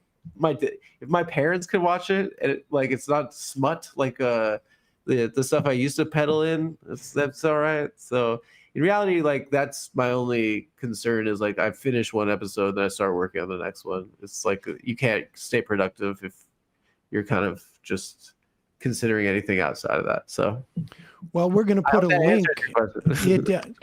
We're you are the luckiest capo in the world. Come on, dude. I was just reading off an I am. I'm sorry, I didn't mean to offend you in any way. Sam, I was going to say you're one of my heroes. So as one of the OG capos, I appreciate that. It's kind of awkward.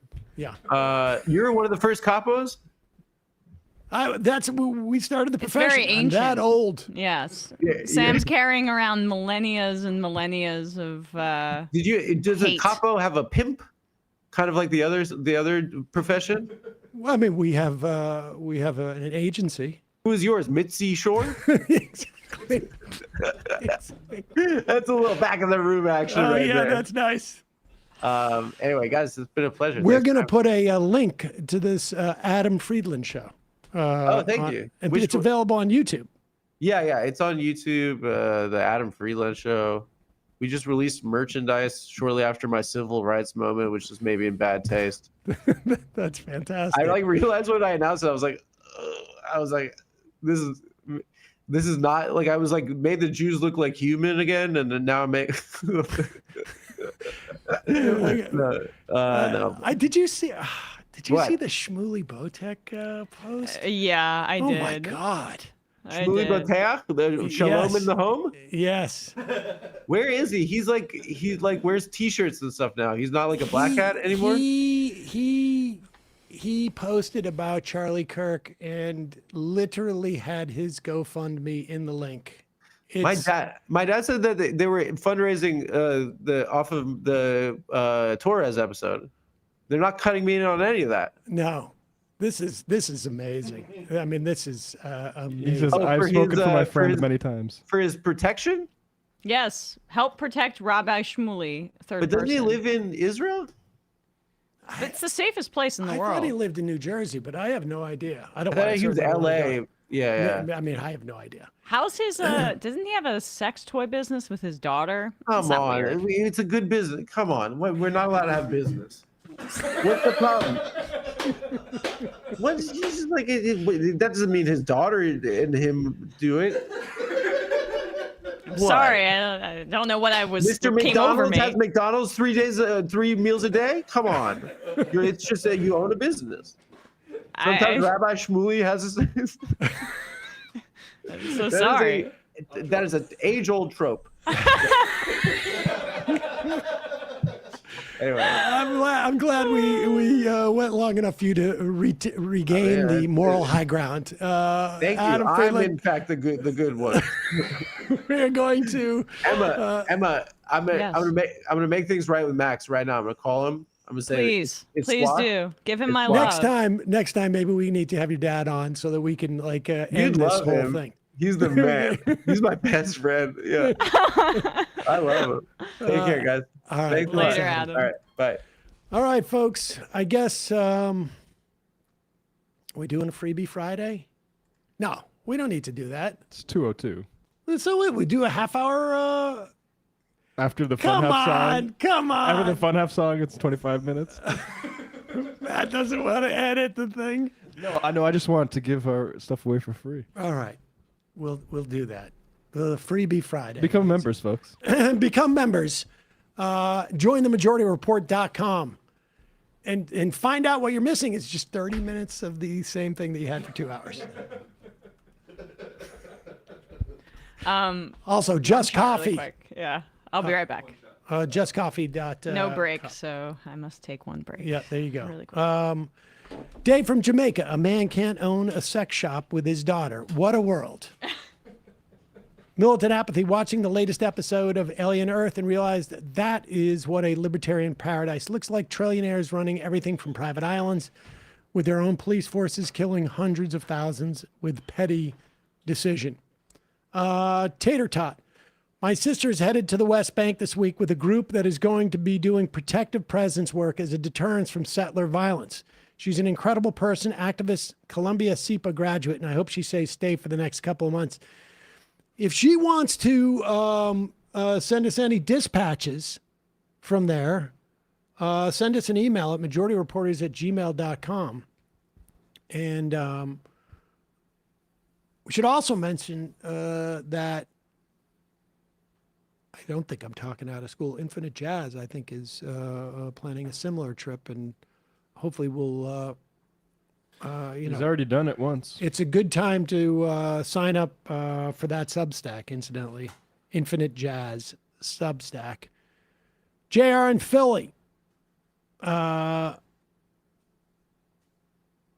hope you guys focus on Patel's Valhalla comment. I mean, I don't, it was. Elaborate. It was a weird comment. Yeah. Tough guy Yeah. talk. I mean, As if they're like, fellow Vikings. Is it really? I think they're not going to like throw Christianity overboard for Vikingism. I don't know how much it. Sort of. It's also lame bro shit. I don't know. they're just drag kings or whatever. Yeah, they're pretending losers. to be men. I don't think it's. Maybe I'm wrong. If people can elaborate the significance of that better, but I'd say there's more issues with Kash Patel than that. yeah.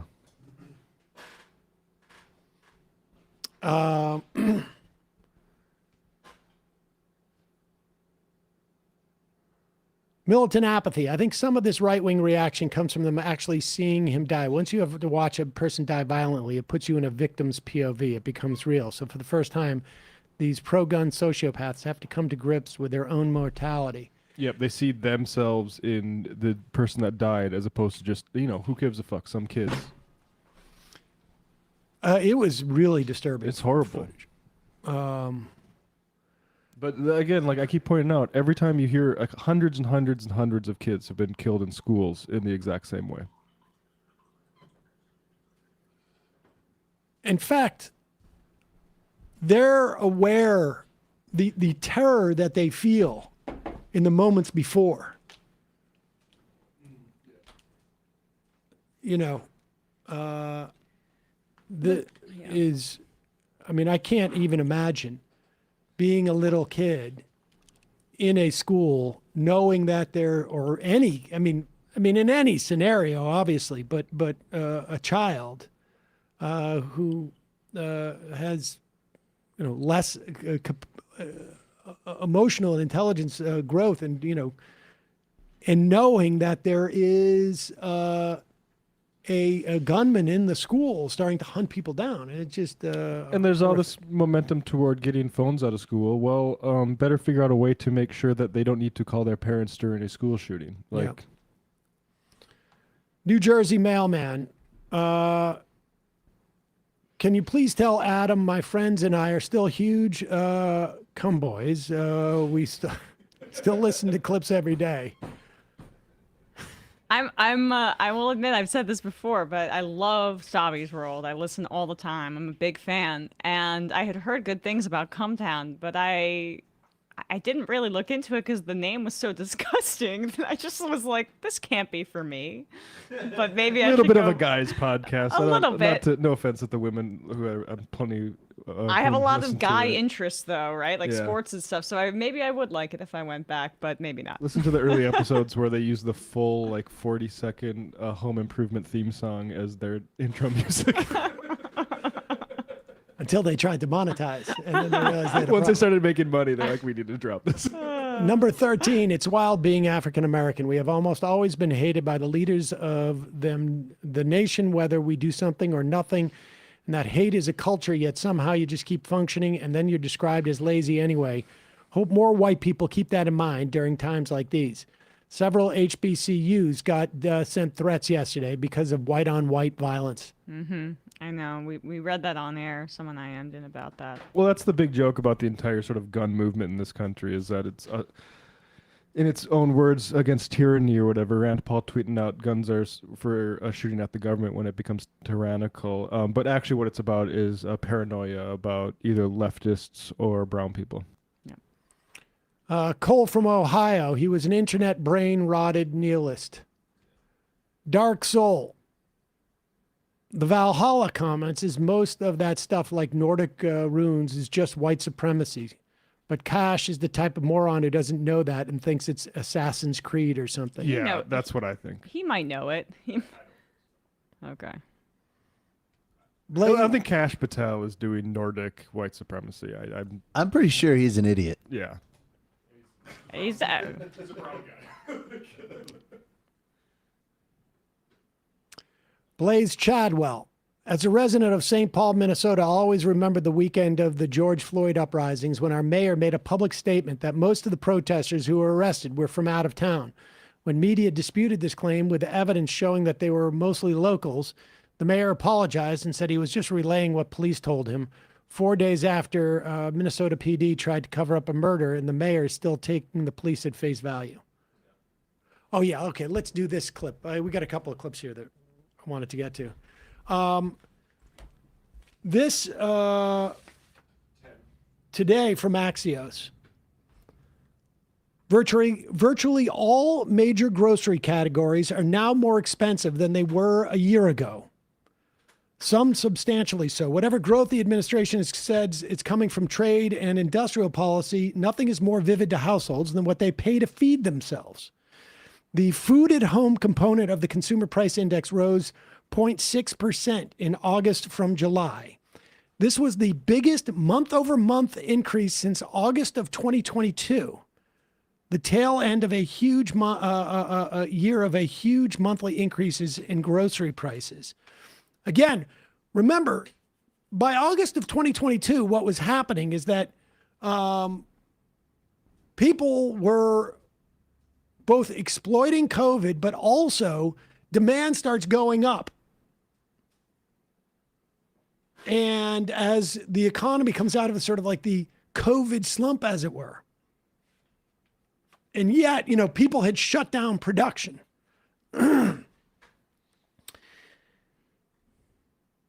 The trade barriers, tariffs, are raising input costs from fertilizer to machinery to transportation that ripple through food prices.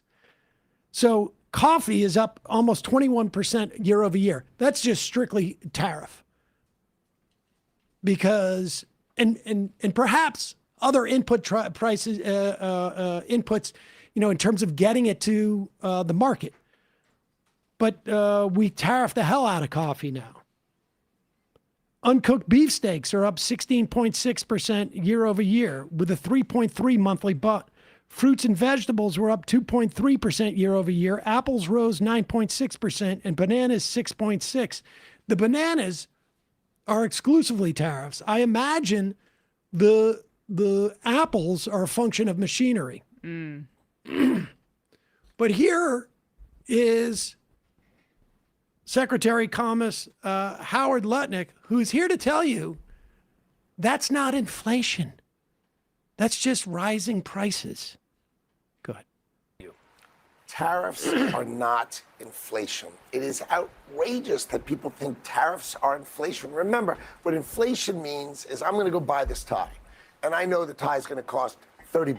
But next year, I think the tie is going to cost $33, and the year after, it's going to cost $36. So I have in my head 10% inflation, right? If this tie is made in Italy, and it's going to cost $31.50 now, so what? It's not going to change next year, the year after, the year after. And if I want to buy an American tie, I can buy an American tie. Okay, That's pause it not for a inflation. second. First off, I don't know off the top of my head what the tariffs are on Italy, but 10% is the minimum. So they're going to cost $33. And I guess if you are the Commerce Secretary, you believe like this is a one-time deal. They're always going to be $33 now. It only goes up 10%. Hey, I don't care because I'm incredibly wealthy and I wear my tie. But I also know this is a one-time charge. Now, most people, they don't know if it's going to keep rising. I mean, really, we don't know because the tariffs keep going on and off.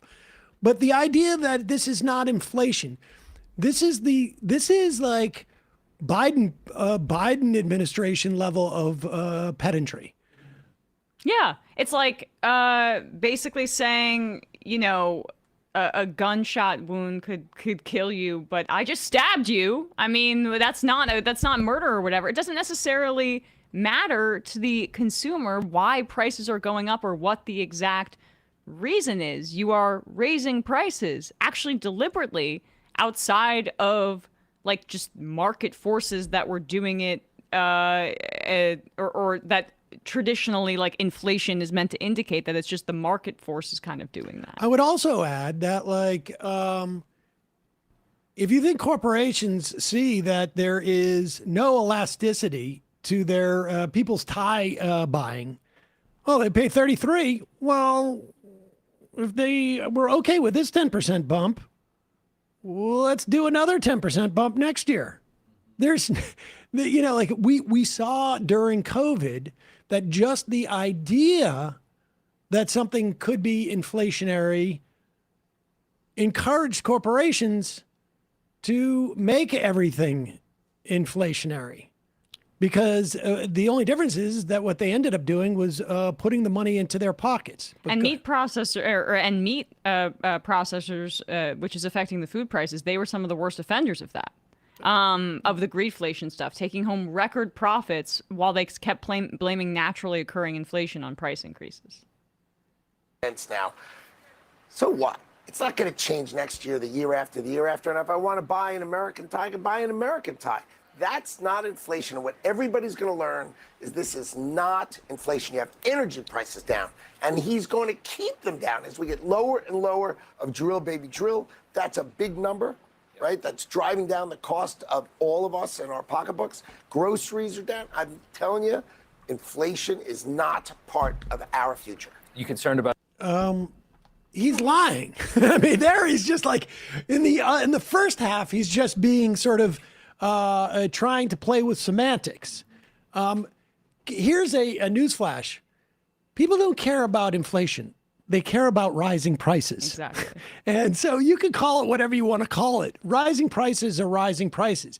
But he's lying about grocery prices. And it's one thing if prices are rising and wages are rising in a similar manner, but that is not the case. It wasn't the case under Biden, and it's certainly because it was greedflation, especially in the back half of his term, and it's certainly not going to be the case with tariffs.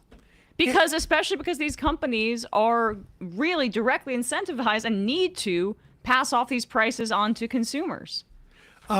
It's also telling that he uses a tie as an example of something that you buy all the time. That's what I was thinking. Because for most people, people buy ties in like, this is like almost like a capital expenditure. Like you buy a tie or two ties or maybe even four ties, like assuming like if you're a bit like a year. Right. It's not something that you do week in, week out. And I'll also say that in terms of his example, because the tie for him is this is a casual, you know, and he's not paying $30 for his ties. I can also assure you of that. Oh, sure. But the existence of American-made ties in the vast amount of examples of where we're seeing inflation, there is no alternative option because these are all inputs on the manufacturing of stuff, even in the United States. So there is no version of what he's talking about. I mean, if they had only tariffed ties, maybe he'd be right. But they've tariffed the machinery that makes ties. 20% on all Italian goods. So it's the tie is actually $36 now. I mean, it reminds me of Trump using dolls. Little Cindy's gonna get only $3 instead of 200 or whatever he was saying for Christmas. That's not what the biggest concern is here. Yes, it's gonna hurt people and they're gonna hit really badly. Like all of the tariffs on China affecting toys around holiday time, but it's the day-to-day stuff. I mean, what are they doing about rent? What are they doing about, I mean, and food prices? People need food to eat. You can't just buy 2 hamburgers a year, like 2 ties a year to sustain yourself. What they're doing about rent is harassing the population of people that build housing. All right, what else do we got? Do we got anything else? What's that? Oh, no, we should do this Chuck Schumer thing because this is important. We will talk more about this going forward, but it has been lost in the news. Yesterday, Republicans triggered the nuclear option to change the rules of the Senate that is going to allow them to speed up confirmation of Trump's nominees for the executive branch. The vote was 53-45. And didn't Thune insist they were not going to do this? I mean, I know. I would expect better from them. But it's going to allow the Senate to confirm an unlimited number of nominees in one vote, rather than do each one individually. The rule applies to executive branch nominees subject to 2 hours of Senate debate, including sub-cabinet picks and ambassadors. It will not affect judicial nominations. Republicans say they're going to allow their own senators to object to individual nominees in any given block, but the rule will strip away the power of the minority party to do the same thing. These guys don't think they're ever going to lose the Senate. And they may be right. I mean, they may be right. Thune initiated the process by bringing up a package of 48 Trump nominees who had been subject to the 60-vote threshold. I got to tell you, I am in favor of the filibuster going away.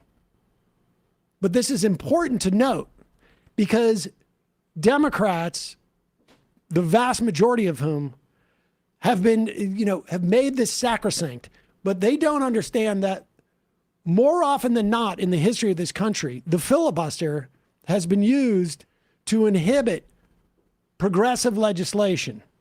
They know that. The Democrats that support the filibuster know that. They like it. Well, they just lost their fig leaf. But they have an excuse to not do shit. Exactly. I mean, you read read Robert Caro's books about the civil rights fight and the way people were talking about the Senate back then. We need to get back there. Now, what should the response of the Democratic leader should be? Is it to say, good, because we're going to address the American public. We're going to go out there with candidates who are going to meet the needs and the expectations of the American public. And when we get into office, you cannot wait to see the nominees that we have that are going to fill these seats in labor and across the board. I mean, frankly, Democrats are going to need this to rebuild the government. Here's Chuck Schumer, who's going to tell these Republicans a thing or two. Recognizes the Democratic leader. Mr. President, I just want everyone here and in the country to understand what our Republican colleagues just did.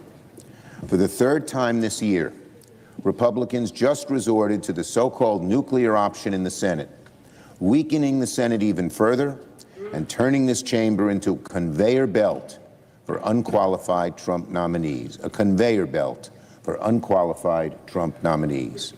Make no mistake, this move by Republicans was not so much about ending obstruction as they claim. Rather, it was another act of genuflection to the executive branch. Democrats have shown very clearly we're willing to negotiate. We did that at the end of the last work period. We were doing it today. But what Republicans have done is chip away at the Senate even more, to give Donald Trump more power and to rubber stamp whomever he wants, whenever he wants them, no questions asked. That is not the Senate's job. We're supposed to debate and take votes on nominees. Oh, God, I especially already when the fell executive asleep. branch. Listen, let me get to the quick about this. Okay. That's true. But we also are prepared to completely capitulate on the budget. But now that you've done this, we're still going to completely capitulate on the budget. So you're going to find out, misters and ladies, what happens when you do something like this, which is so horrific, that I am going to be 7 minutes late to vote on that budget that you want to pass. So it's not going to happen lickety-split. You're going to have to wait. Maybe you'll get hungry. What kind of bull is this? I mean, when we capitulate on the budget, we're not going to be smiling. We're going to look grumpy. And that's going to make you feel bad, right? I liked when he said, this is about giving Donald Trump more power. I thought about who I'd heard this kind of phrase from before. No, don't worry, because it's September. Yes. And the Republican Party, by the time September comes, the fever when will break. Donald Trump's approval rating, you will see, they will not, they're going to start to break apart. How do I know this? How? Okay, well, here's plan B.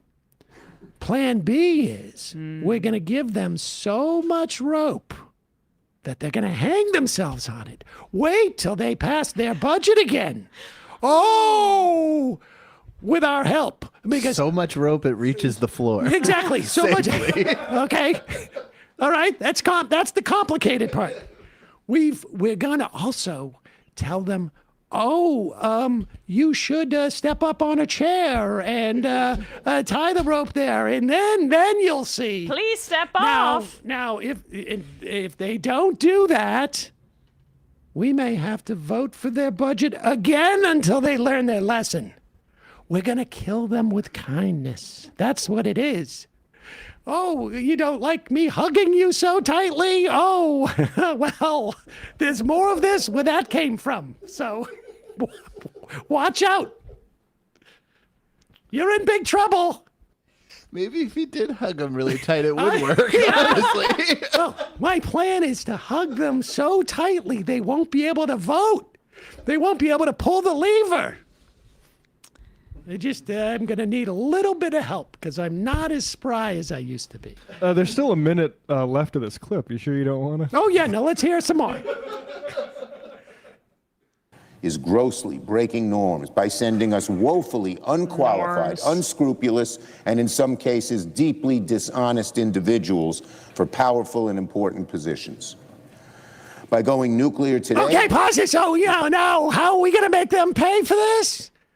We're going to vote for their budget, and then you're going to see what happens when you have all these incompetent people. Okay, keep going.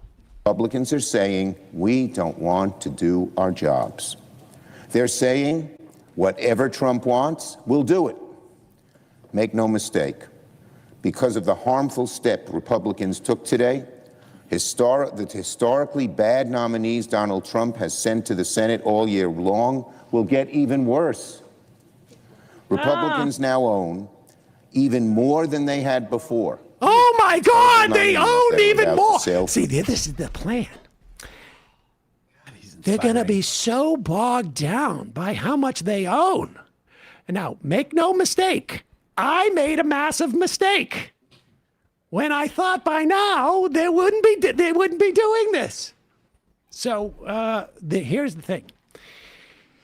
Sometimes you make a mistake by voting for a budget and waiting for them to capitulate on their part because Trump is going to be so weak and disfavored that they're going to be running from him.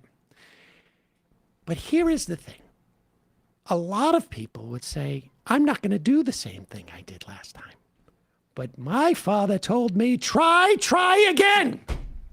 So we're only going to vote for every budget that Donald Trump brings up. And I'm telling you, by 4 years from now, watch out. The American people are going to reward us. Oh, yes.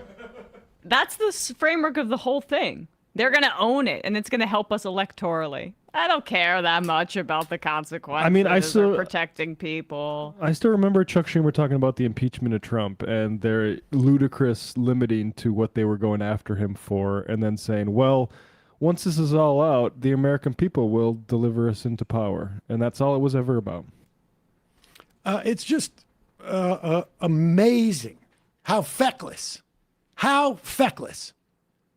This whole institution. How many times do they have to launch the nuclear? I mean, the reason why they called it the nuclear option was because it was like scorched earth.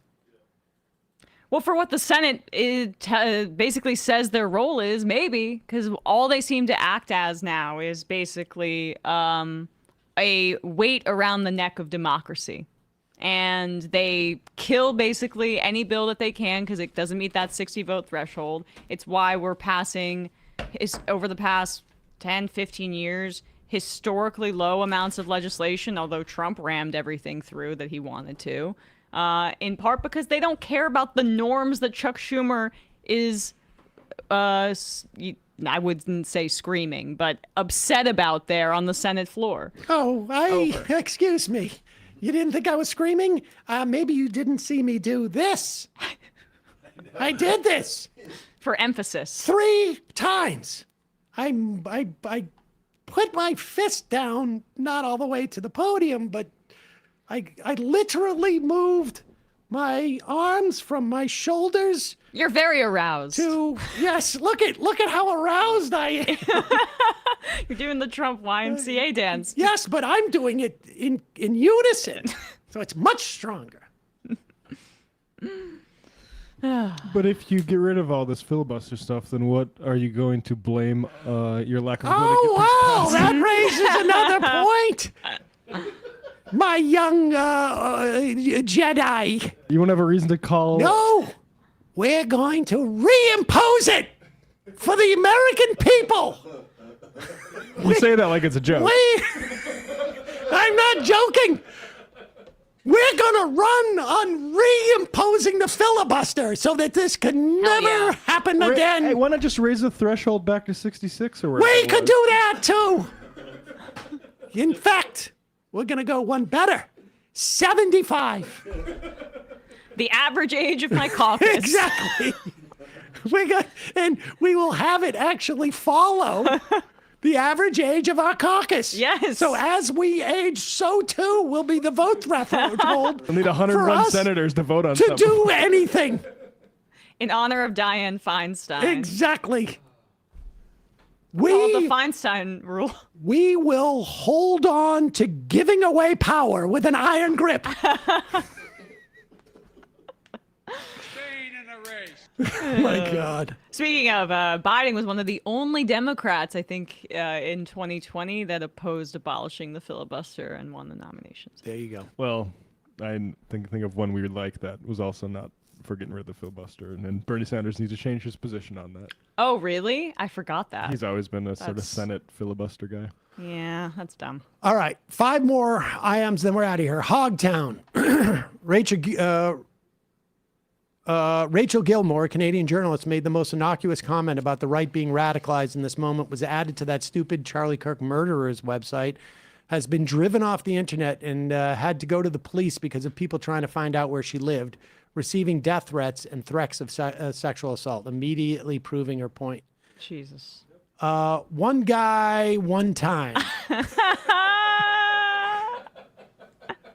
One guy, one time. This dog walker bit is so millennial Jon Stewart coded. Gene, please, please, please have Professor Jiang on the show. His YouTube channel is called Predictive History. He's been gaining some popularity recently. His geostrategy series is really interesting explanation on how we got to this point. Love you guys. Let me just... Interesting. Professor Jiang. I don't know if we'll have them on, but we'll see. Destro 7. Trump doing the dick jerk dance to YMCA is apropos. Yeah, what's the only the band that will allow him to use It's his their favorite music, band in basically. the entire world. Also, dude, it has a dance. It has a dance. Yeah, but when you're that old, doing the YMCA. M especially is probably pretty tough. It's a little bit tough to raise his arms.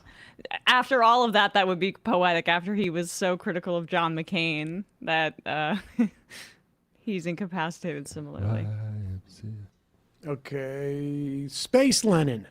Sam, how have you found ways to cope with the knowledge that everything right-wingers say and believe is complete self-serving bullshit? I'm 36 and it still drives me insane. I don't even talk about it for a job. It's difficult. home repair YouTube channels. Exactly. Yeah. I spend a lot of time looking at how to make a cement slab or how not to have to make a cement slab. That's interesting. And also how to pre-make truss, like a fully trussed wall. That sounds cool. Biscateful. Notice to Californians, please call your state senators today for concurrence vote on SB 79, which would allow for upzoning around transit hubs. Here in LA, we desperately need to counter NIMBYs. And two more. Small D Democrat, Adam Heartland. And the final I am of the week.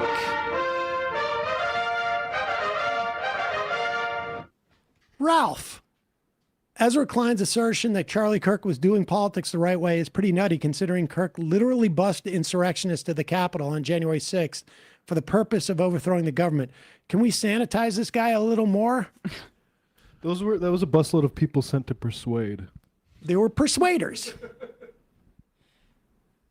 Matt, Ryan, Emma, great job this week. Dorsey, Kyle, Chris, Gino, Maria, Julie, great job this week. We'll see you on Monday.